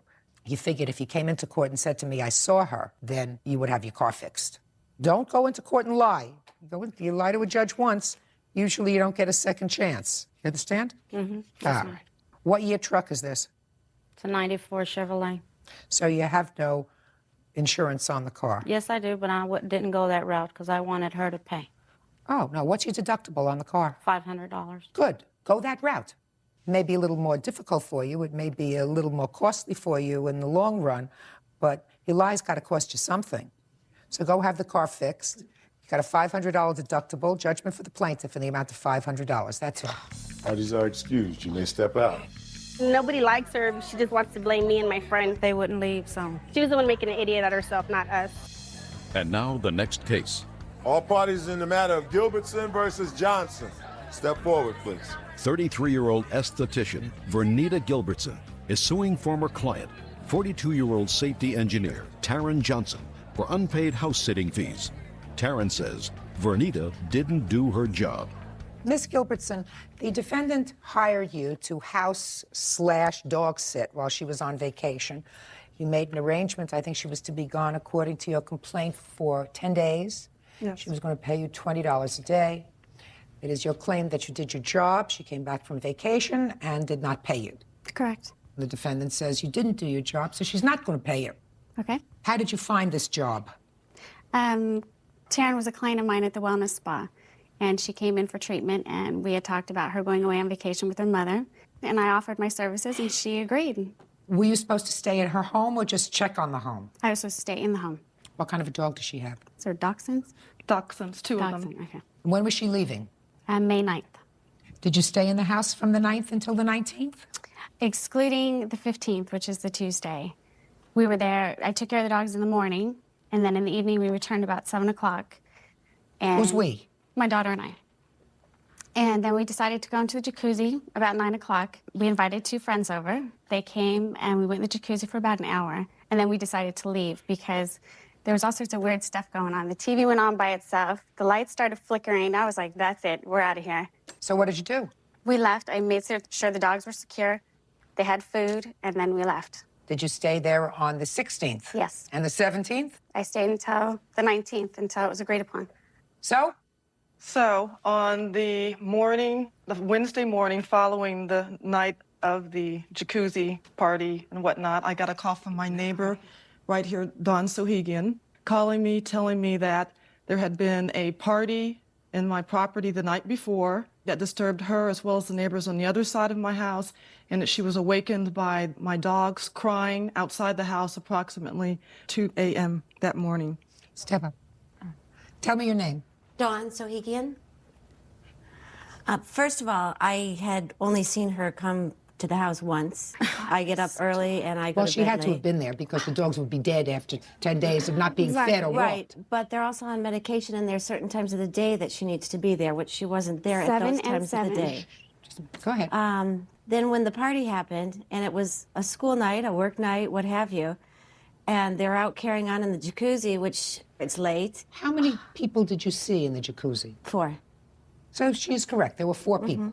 And Judge, let me just add that I made it very clear that no one else was to be in the house because I have a swimming pool because of liability reasons. Okay. What time did they finally leave the jacuzzi? I really don't know that because I did go into my house and go to sleep. What time? I went to sleep a little after 10. And then you didn't hear them anymore? Not until about 1:30. What happened at 1:30? At 1:30, they had relocated the party inside the house, which her family room is right next to my bedroom window. You mean the party of 4 people? Yes. Okay. So I was awoken again at 1:30 in the morning. By 2 o'clock, they were leaving, but they left every single light on in the house, and the dogs were crying. They have a doggy door, but they were sitting on the steps crying and crying and crying. So the next morning you called the defendant? The next morning, I called her answering machine. Did you contact the plaintiff at that time? Yes, I contacted the plaintiff as well as my other friend, Paula Williams, who has a key to my home. She went to the house, and I don't know if Paula would like to indicate what happened when she went to the house. You went to the house the next day on the 16th? I went to Taryn's house on the Wednesday because I was so worried about the dogs. When I drove up, all the exterior lights were on. There were lights on everywhere in the house, and the dogs were running loose. The beds looked exactly as they normally do, and Taryn makes them up. The blankets, pillows, sheets No, she had hasn't been clearly. ruffled. Miss Gilbertson had not slept there on the 15th. She said she did not sleep there. No, it looked exactly like it does when Taryn makes up the We didn't bed. sleep in the bedroom. Just a second. The 2 dogs were there? The 2 dogs were there running in the house. And they appeared to be fed? The dogs were fed. There was food and water there. Okay. So, other than the fact that the lights were on in the house, the house looked okay. The lights were on in the house, but the towels had not been used that day. I didn't ask. Had not been used. I'm asking you, other not than the fact that the showering lights were on, The lights were on. the house was in, according to you, pristine condition. No, she chewed the comforter. Just a second. It was in pristine condition. Right. What you're saying to me was in such pristine condition, it's hard to imagine that anybody had slept there. Correct. Okay. I understand that. But the house was in pristine condition. Yes, The it dogs was. were okay. Yes, they were. Fine. What else? I stayed at the house until 10 o'clock that night, and that's when Vernita and her daughter came. Okay. Miss Johnson, did you tell Miss Gilbertson when you spoke to her after this party that she had on the 15th that you didn't want her to go back to the house? No, because she had a key, and I was afraid of what might happen. You did not tell her not to go back. That's correct. Well, then you have to pay her. She didn't complete the duties. I had to change she never brought my key. I had to change the locks. I tried to contact She you. left Just a the second. dogs loose in the house. They shredded a comforter. Listen, you were away for 10 days. You didn't fire her on the spot on the 15th. If you'd done that and said, listen, I'm outraged, I'm going to pay you up until the 15th. Don't bother to come back. Well, why would I do? I'd put myself in danger. The woman had a key to my home. She doesn't look dangerous to me. I don't know her. If you don't know her, then you don't give her a key to your house. I don't know. If you don't know her, I didn't know at that point in time until she didn't do what she said she was going to do, and had people in the home. But I asked her for liability reasons not to have people in my home when I'm not there. Listen to me. I don't disagree with you, but if you have an employee that you feel as if is not performing their job, then you pay them and you fire them. Now, if she had not done her job at all and didn't show up, and your dogs were in a state of dehydration, hadn't been fed, maybe we would have a story. But if you took 2 dogs to a kennel, it would have cost you more to take your dogs to a kennel where they would have been in a cage for 10 days as it was costing you to have a human being come to the house and on at least 9 out of the 10 days staying over at your house. 9 out of the 10 days because you could only establish that she was not there, sleeping there one night. So you have to pay her. Perhaps not for the one night that she didn't sleep there because you didn't do your job that one night. Correct. Is that correct? That's fine. And I don't care about this weird ghost thing, you know. You're a big... Hey, it's true that. You're a big girl. Anyway, she owed you $200. I'm cutting that by 20 because you didn't sleep there. Judgment for the plaintiff in the amount of $180. Thank you. Former roommate, 52-year-old shoemaker Paul Darensborg, for a refund of rent, security deposits, and the return of personal belongings. Paul is countersuing for an assault and damage to his mobile home. Order. All rise. Quiet in the courtroom, please. Now, this is case number 341 on the calendar in the matter of Hare versus Darensburg. Parties have been sworn in, Judge. You may be seated. Folks, have a seat, please. Miss Hare, you were a tenant of the defendant's. Did you rent a room from him? Yes. According to your complaint, he unceremoniously threw you out after you had paid your rent for that month. He kept your security deposit, and he threw your stuff out after you. So it was destroyed on the curb. The defendant says you got drunk as a skunk while watching a football game. There was some betting going on, small-time betting, $5 anyway, when one team lost, and I know nothing about football except that they run around bases, that you went absolutely crazy. They don't run around bases. Football, No, they run around bases. Oh, okay. I know. You destroyed the house, damaged his property, bit him a couple of times. He's countersuing for the damage you caused to his property, for the assault on him, these bite marks, for broken glasses, etc. So, how long did you live with the defendant? Almost 2 months. Now, this incident happened on, it must have been a Sunday because it was football, is Correct. that right? So, you were betting on a game, there was a bet, little The bet? Rams. The Rams. I knew they were going to lose, and they did. Now, you had been drinking that day? All of us had. So you had paid for how much of I the had month? prepaid 3 weeks for November's rent. How much was the rent per week? $75. Is that right, so far? $75. Had she prepaid any part of November's rent? No. No. No, no, ma'am. No, Was she Your up Honor. to date on her rent? She was 2 weeks behind. Do you keep rent receipts? Oh, he kept them when he moved all my stuff out. So you Otherwise, I don't? have proof. I have no proof of anything. All right, but proof is what we need in court. Big time. Big time. Okay. So you're watching the game. It's October 28th. The Rams lose like you knew they would lose. Everybody was drinking, including you. So what did you do? Somehow we had a confrontation in which... Who had a confrontation? Me and Mr. Darnsborg. What do you mean somehow? Well, I don't know exactly how it started, but I do Well, know... maybe if you don't know how it started, maybe he knows. He does. Well, I'm sure he'll find a way to... Yeah. Well, maybe he does. How did it start? The Rams lost, and Which was devastating to him. she won the bet, which was $5, and she got real excited about it. She started jumping up and down, doing obscene gestures in front of the TV in front of me. And she jumped from one couch to another, jumping on people, all excited, bit a person before she jumped on my friend Eddie here. He said she slapped him or something like that, and then she leaned over and bit me right here. That's On the how leg. it started. On the leg. On the leg. She wasn't angry. She was happy. She was happy. Real But happy. Shh, hey, please. She was happy, but drunk. Happily drunk. What happened next?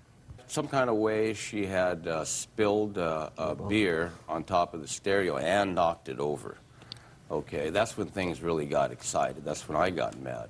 You didn't get mad when she bit you?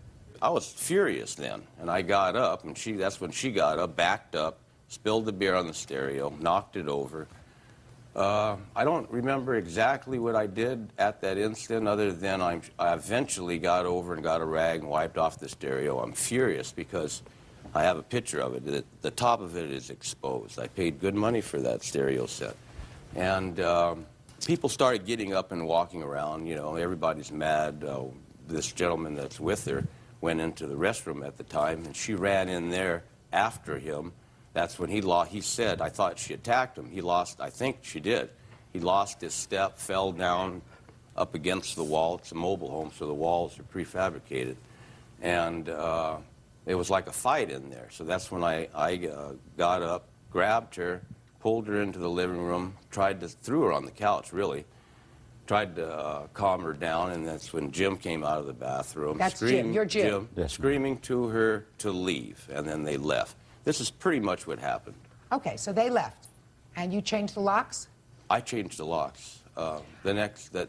She stayed. She was gone that night, and she apologized and thought everything would be okay. Said she messed up. Tried to give me and my friend Jim Robert a hug, and she did, but we just didn't want to do anything. I knew what I was going to do right then, and that was to go pick up 15 brand new boxes, box all their stuff up, quite a bit of stuff. I'm talking about she had boxes and clothes of things 3/4 of the way up the wall. What'd you do with it all? I put it on the street.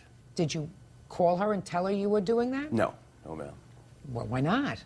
I didn't feel a need to. I feel she's a criminal. I was afraid that she would possibly accuse me of something else.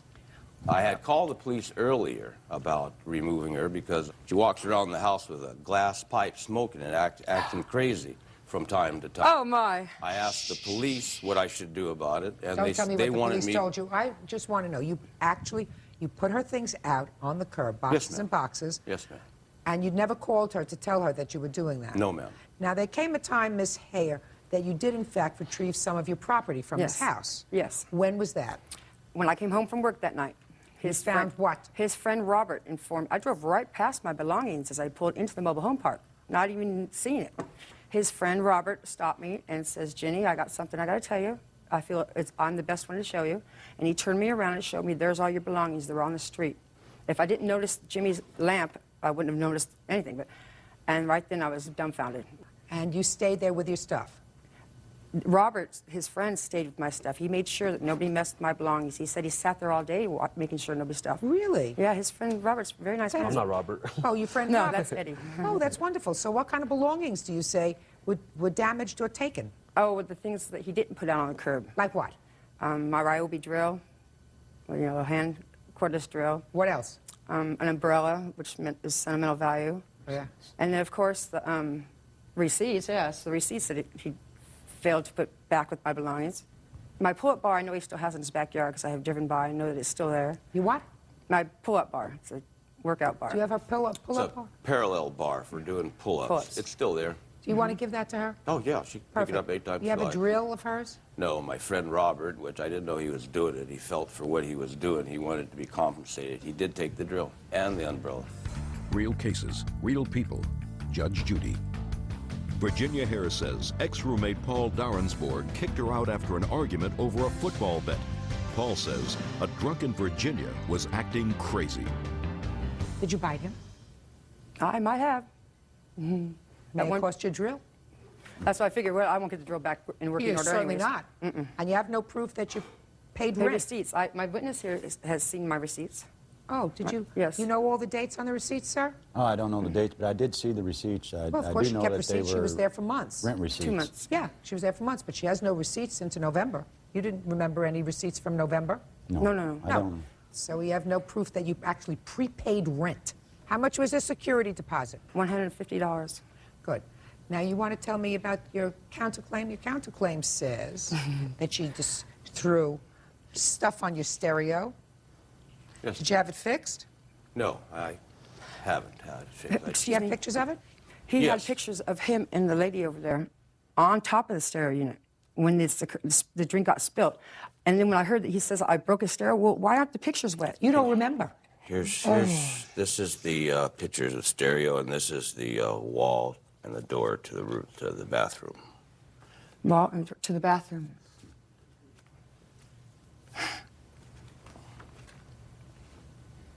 Did you break the door to a wall in his bathroom as a result of an altercation that you were having with her? No, ma'am, I never. And I don't believe she did either.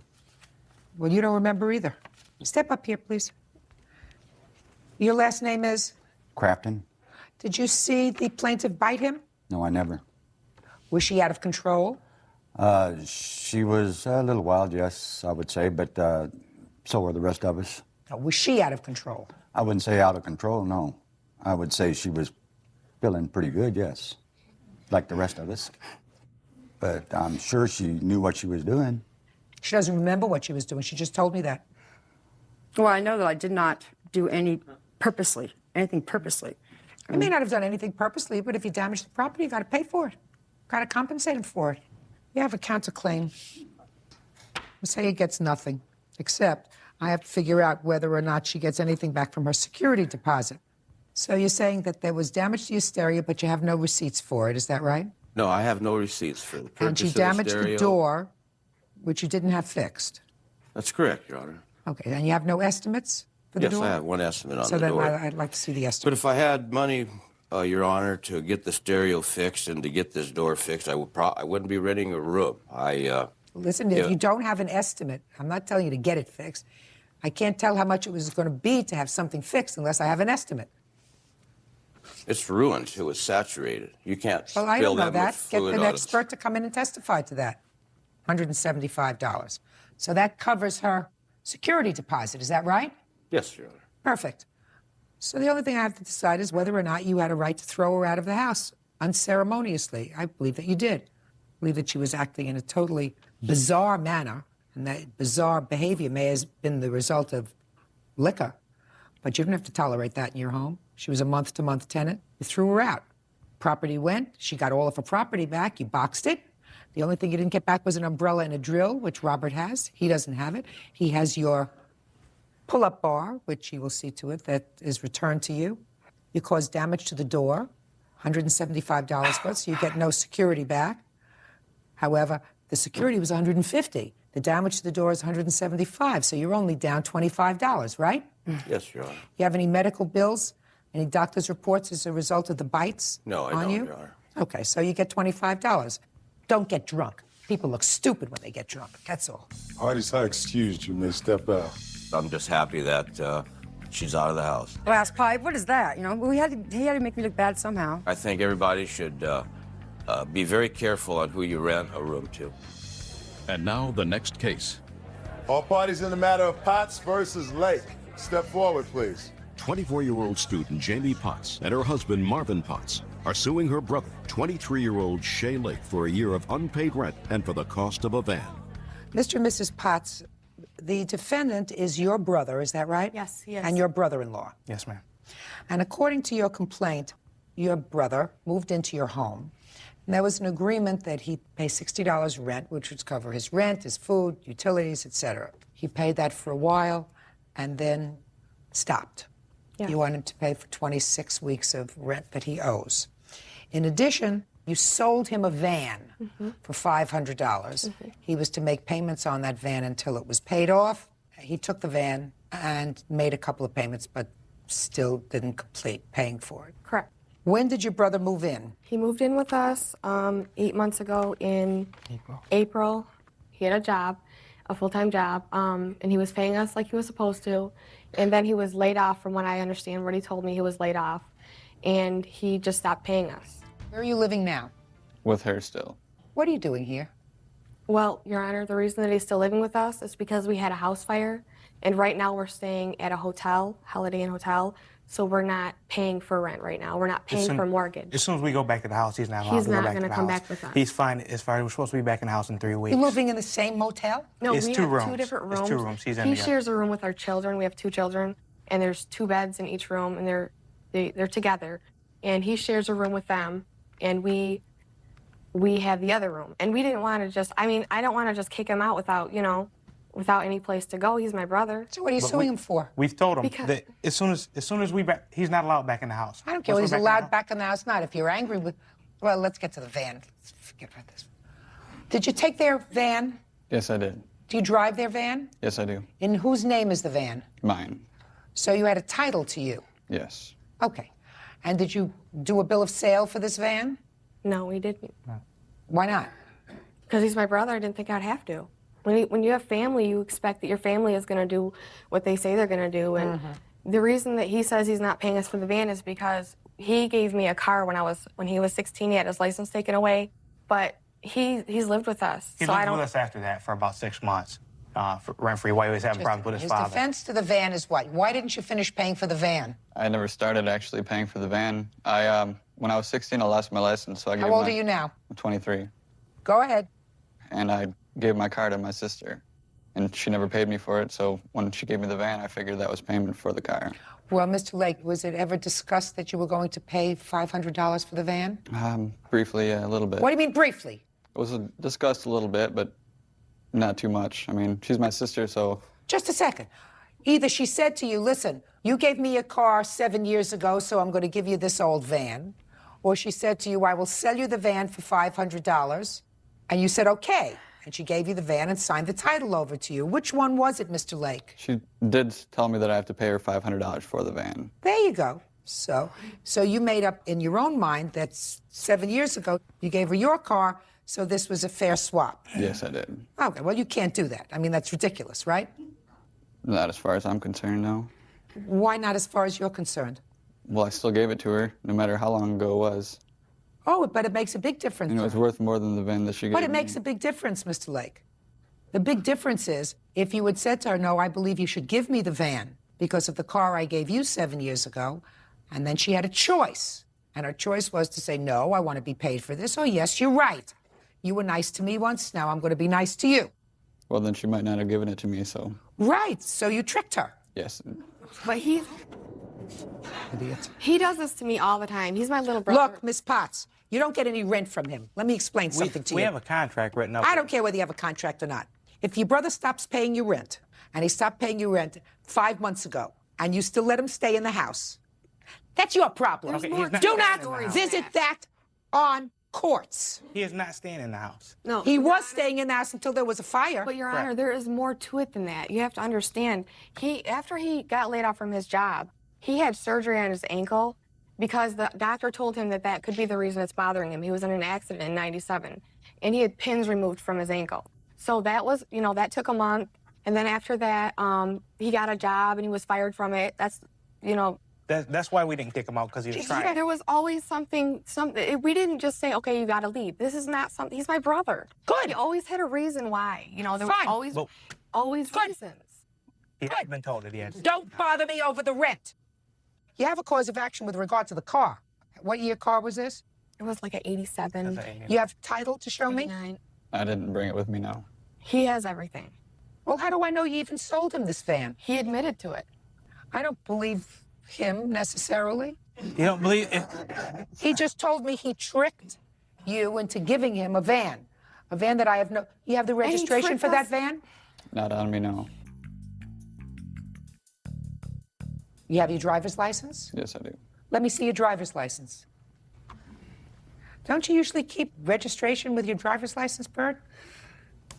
No, Judge. I keep my registration in my car. Oh, do you? Where's your van parked, sir? In Michigan. And is that where the registration is? Yes, it is. Uh-huh. Is your van insured? No, it's not. So how can you be driving around in an uninsured vehicle, sir? Very carefully. Very carefully. I'm going to take care of this very, very easily. The court will prepare an order that within 5 days you will retitle the van to your sister, and that way she can register the van if she wants to, and she can insure the van.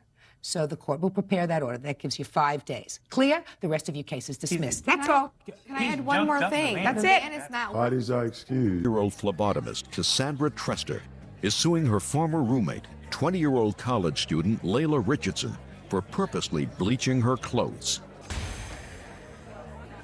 Order. All rise.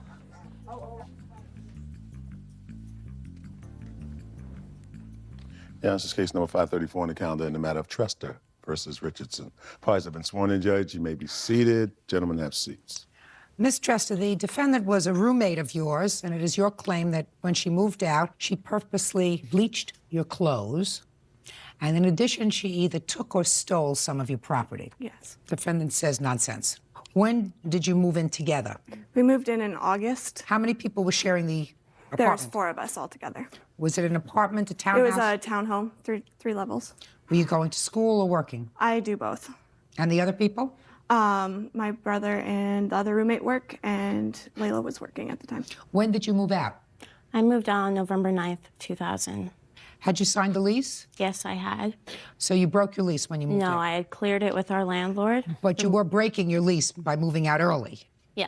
Okay. Tell me why you moved out. I moved out because I would come home various nights from work and pretty much in the living room, couch, entertainment center, everything was mine. And stuff was getting misused on my entertainment center. My cats were purposely being let outside, and they weren't outside cats.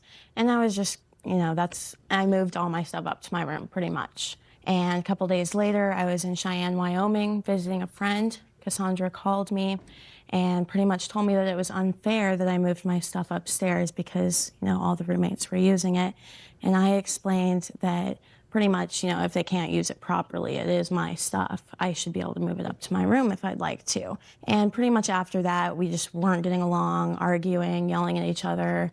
And I had previously been in a car accident. I didn't need any extra stress, so I figured it was better for both of us just to end the situation and for me to move out and move on. Now, Ms. Dresser, it is your claim that the defendant damaged some of your property, and that was on the 9th of November? Yes. Well, tell me about it. Well, actually, to correct her, the reason she moved out is we actually had a physical confrontation. A couple days before, she had thrown a bowl at my head and I slapped her back. She had thrown a what at your head? A cat food bowl at my head, and I had slapped her back. I went in later that day and apologized and was like, we'll work these things out. I know you lost your job, you don't have rent. I can cover you for a little bit longer. We just need to work on it. She wasn't paying her bills. How long hadn't she paid the rent? It was due on the 1st, so she moved out on the 9th, so it was 9 days late. And the main thing was that our bills she had written checks to bounced, and she was unwilling to take care of them. That was the problem. And she was like, I'm too busy to take care of it. So I was like, well, you need to take care of it or get out. At that point, we were okay. I came home. I felt that her moving her stuff out of the front room was vindictive because she was doing it because she was upset at me. And I told her, if this is the way it's going to continue to be, maybe it'll be better if you get out. I would rather have you out. She said that I was overreacting. We needed to talk about it. So I was like, we'll talk about it when I get home from work the next day. She called me at work from that day. That was on the 7th, and told me that she was moving out. I went home that night to monitor things getting moved around because, of course, things always get taken when people move out. And her mom and her were egging me on to fight, saying that I wasn't tough enough. So I went up into my room and stayed until I had heard that they'd left. When I left, I came downstairs to grab all my stuff because while I was up in my room, I heard her and her mom constantly going, is this Cassie's stuff? If it is, I don't care, break it. It's not mine. I don't care, break it. Hearing things thud, hit the wall, laughing, just very horrible things. So when I came downstairs, the first thing I went to was my clothes because that's most important to most girls. But and I went into there and the bleach was just overwhelming. Like my eyes started burning. On what floor is the laundry room? It's on the 1st level. The 2 bedrooms are upstairs, so I came downstairs and I could smell bleach as soon as I got to the bottom of the stairs and went in there. And lo and behold, all of my clothes have bleach on them. And the bleach bottle was standing up and had the cap on it. So I called the police and made a report, and that's this for you. What other items do you say that the defendant has of yours? Clothes, books. She had also borrowed a bunch of things from me because I always was open to letting her borrow whatever she wanted as long as she returned it. And I'd asked for her to give that stuff back before she moved out. And she said that she would and never did. She moved out, and about 2 weeks after she was completely out of the house, I came home and there were multiple things missing, including almost half of my wardrobe. I had barely anything left. And of course, I live with 2 boys, so they're not borrowing it. And she still had the keys at that time that she was unwilling to give because she stated that she was still on the lease until I got a new person on the lease and she was entitled to come over. I'll hear you. Thank you. Actually, the night we were moving out, about a couple days before, about me throwing a cat bowl. I don't care about cat bowl. I care about her bleached clothing. Yeah, the night we were moving out, I had quite a few friends over helping me pack and my own mother. And my mom had gone in the bathroom saying, is any of this stuff yours, Layla? And I said, the bleach is mine, but there's not enough to even worry about taking. There's probably like an inch left in the bottle, so I wasn't even gonna worry about it. And I also, if you would like to look at it, my mom was supposed to be my witness today because in the police report you can see that Cassie actually said my mother bleached her clothes. I don't care if it was her mother or if it was you or one of the friends that you brought over. Okay. Madam, you're responsible. Okay. I mean, that's easy. Nobody bleaches their own clothes. Can I make another point, please? Just a second. Nobody bleaches their own clothes. And if you just said to me, I was there with my mother and some other of my friends who came to help me move, it's clear to me that she did not bleach her own clothes. So either you bleached her clothes. I can't imagine your mother being immature enough to bleach her clothes, but maybe one of your friends. Maybe your mother, when she got annoyed and she said, is this bleach yours? And you said, yes, but it's not worth taking because there's only an inch left in it. And she said, fine, and poured it out. Something like that, but you're responsible for her clothes. Next. Real cases, real people. Judge Judy.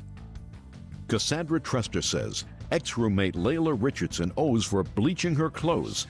Cassandra also claims that while moving out, Layla stole her belongings. You have any of her clothing? No, I don't. I'm going to say it again. Do you have any of her clothing? No, I don't, ma'am. And can I just say one more thing about Sure. when I was moving out?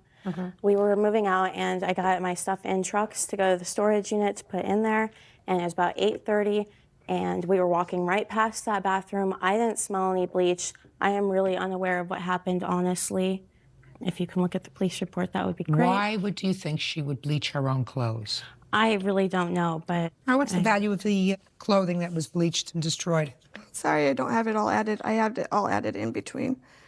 Okay, let me have it. Turtleneck, which was $80.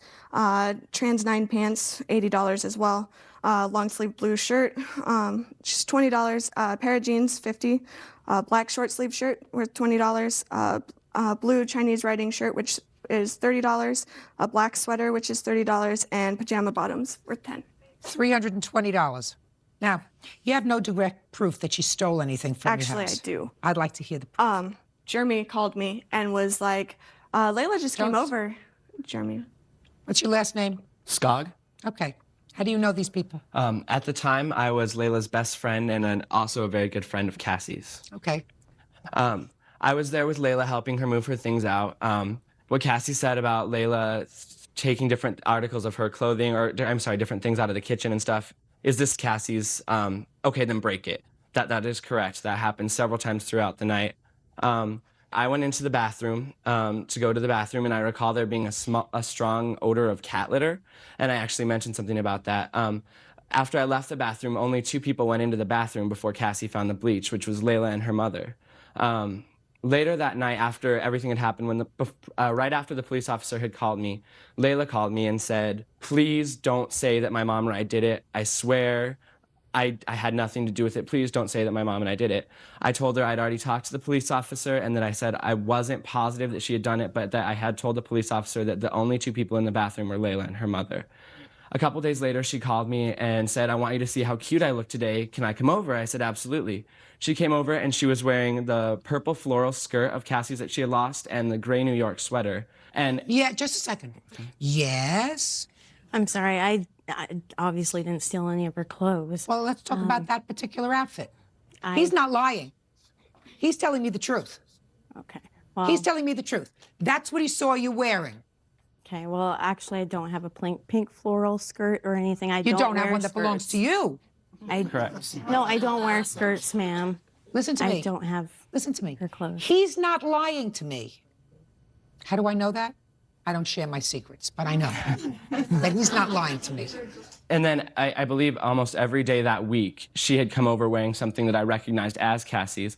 The gray New York sweatshirt that she was wearing, or the sweater vest that she was wearing at the time, actually was one of the reasons that these 2 were fighting, was because Cassie, it was her favorite sweater, and she'd asked for it back several times, and Layla refused. Every time we went to Layla's house that she was wearing it, she would take it off before we even went into the house so that Cassie didn't see it. Layla has her lip and her eyebrow pierced. She had Cassie's horseshoe barbell in her lip and a barbell in her eyebrow as well, which belonged to Cassandra as well. I've seen her in the clothes several times. Cassandra doesn't get any high marks for having places to put those. Actually, I don't have that many places there extra for my belly button. She used them for her eyebrow ring.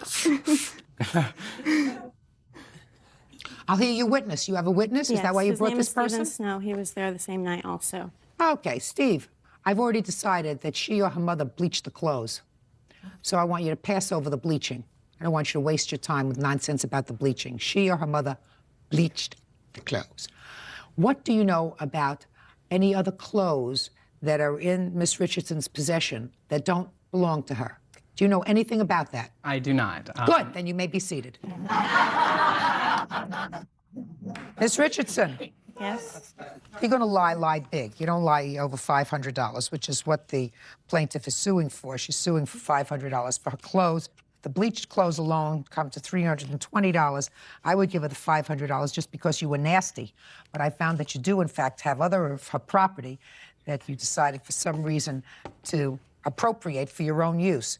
I would suggest you better grow up. Judgment for the plaintiff in the amount of $500. That's all. Thank you. Parties are excused. You may step out. Stuff was being thrown around, but nothing was broken. I was in the same bathroom, didn't smell any smell. The judge knew who was telling the truth. He's only there for 10 minutes. I'm sure he knew a lot. Maybe she's vindictive. I don't know. I think the truth came out, and I'm glad that it happened. And now the next case. All parties in the matter of Tao versus Perry, step forward, please. 27-year-old claims adjuster Daisy Tao is suing ex-boyfriend, 33-year-old graphic artist Adam Perry, for an unpaid loan. Adam says the money in question was to pay Daisy's bills. Ms. Tower, the defendant is a former boyfriend of yours. I gather that you lived together for a brief period of time. You claim 2 loans to the defendant totaling $2,500. Relationship is over. You want your money. Yes, that's correct, ma'am. I did not live with him, though. That's not correct. You did not? No, I never lived with him. Okay. When, I'll get you in a second. When was the first loan? On February 9th, 2001. What was it for? He's told me that he was behind in rent, car payment, that he didn't have any money. And so I helped him out. I gave him a loan of $1,500 that we agreed upon that he would pay me back when he got his taxes. And in March, he told me that he was still short and behind on his mortgages. Could you put your hand down?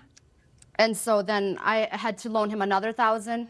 And so at that point, I was getting a little concerned, and I did tell him that I expected him to pay me back. He agreed to this and said that he would pay me back in the summer, because at the time he was unemployed and trying to go to school. Where were you living in February of 2001? I lived at home in Little Canada, Minnesota. At home with whom? With my family. Where were you living in March? At home. And where was the defendant living? He lived in Dayton, Minnesota. Were you working? Yes. Did you ever stay over at his house or apartment? I would go to see him once in a while, yes. I'm asking you a question. I expect honest answers. Do you Yes. understand? Did you ever stay over at his home? Yes, I've spent the night at his house, yes. On an average of how many nights a week? Maybe once a week, once every 2 weeks.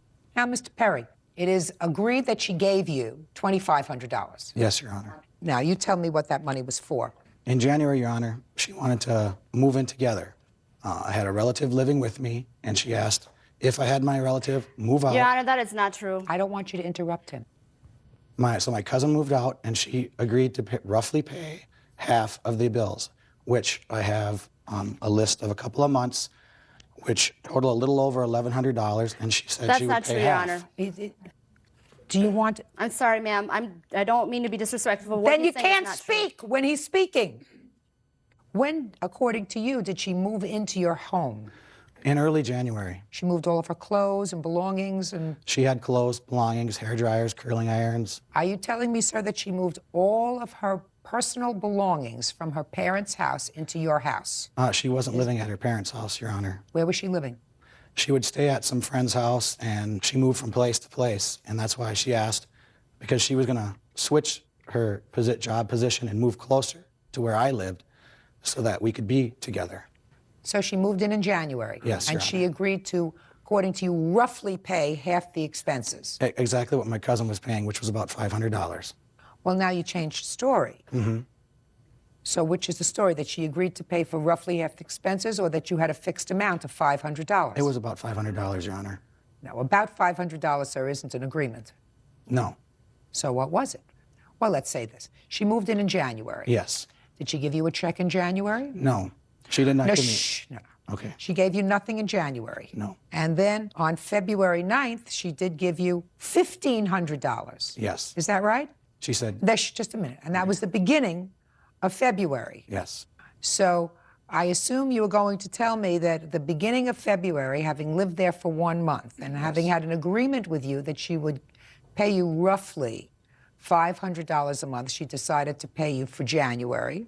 Yes, Your Honor. And February. Yes, Your Honor. And then prepay March. Yes, Your Honor. So that's $1,500. Yes, Your Honor. And then in March, right now she's already paid in March, for March. But in March, she gives you another $1,000. Yes. And that is, I assume you're going to testify that she said to you, well, I've already paid for March, but I like to pay my bills in advance, so I'm going to pay you for April and May. Yes, she gave me the money. Yes, that's what you're telling me. Yes, That's Your what she Honor. did. Is that right? Yes. Bull. That's not the way it works, sir.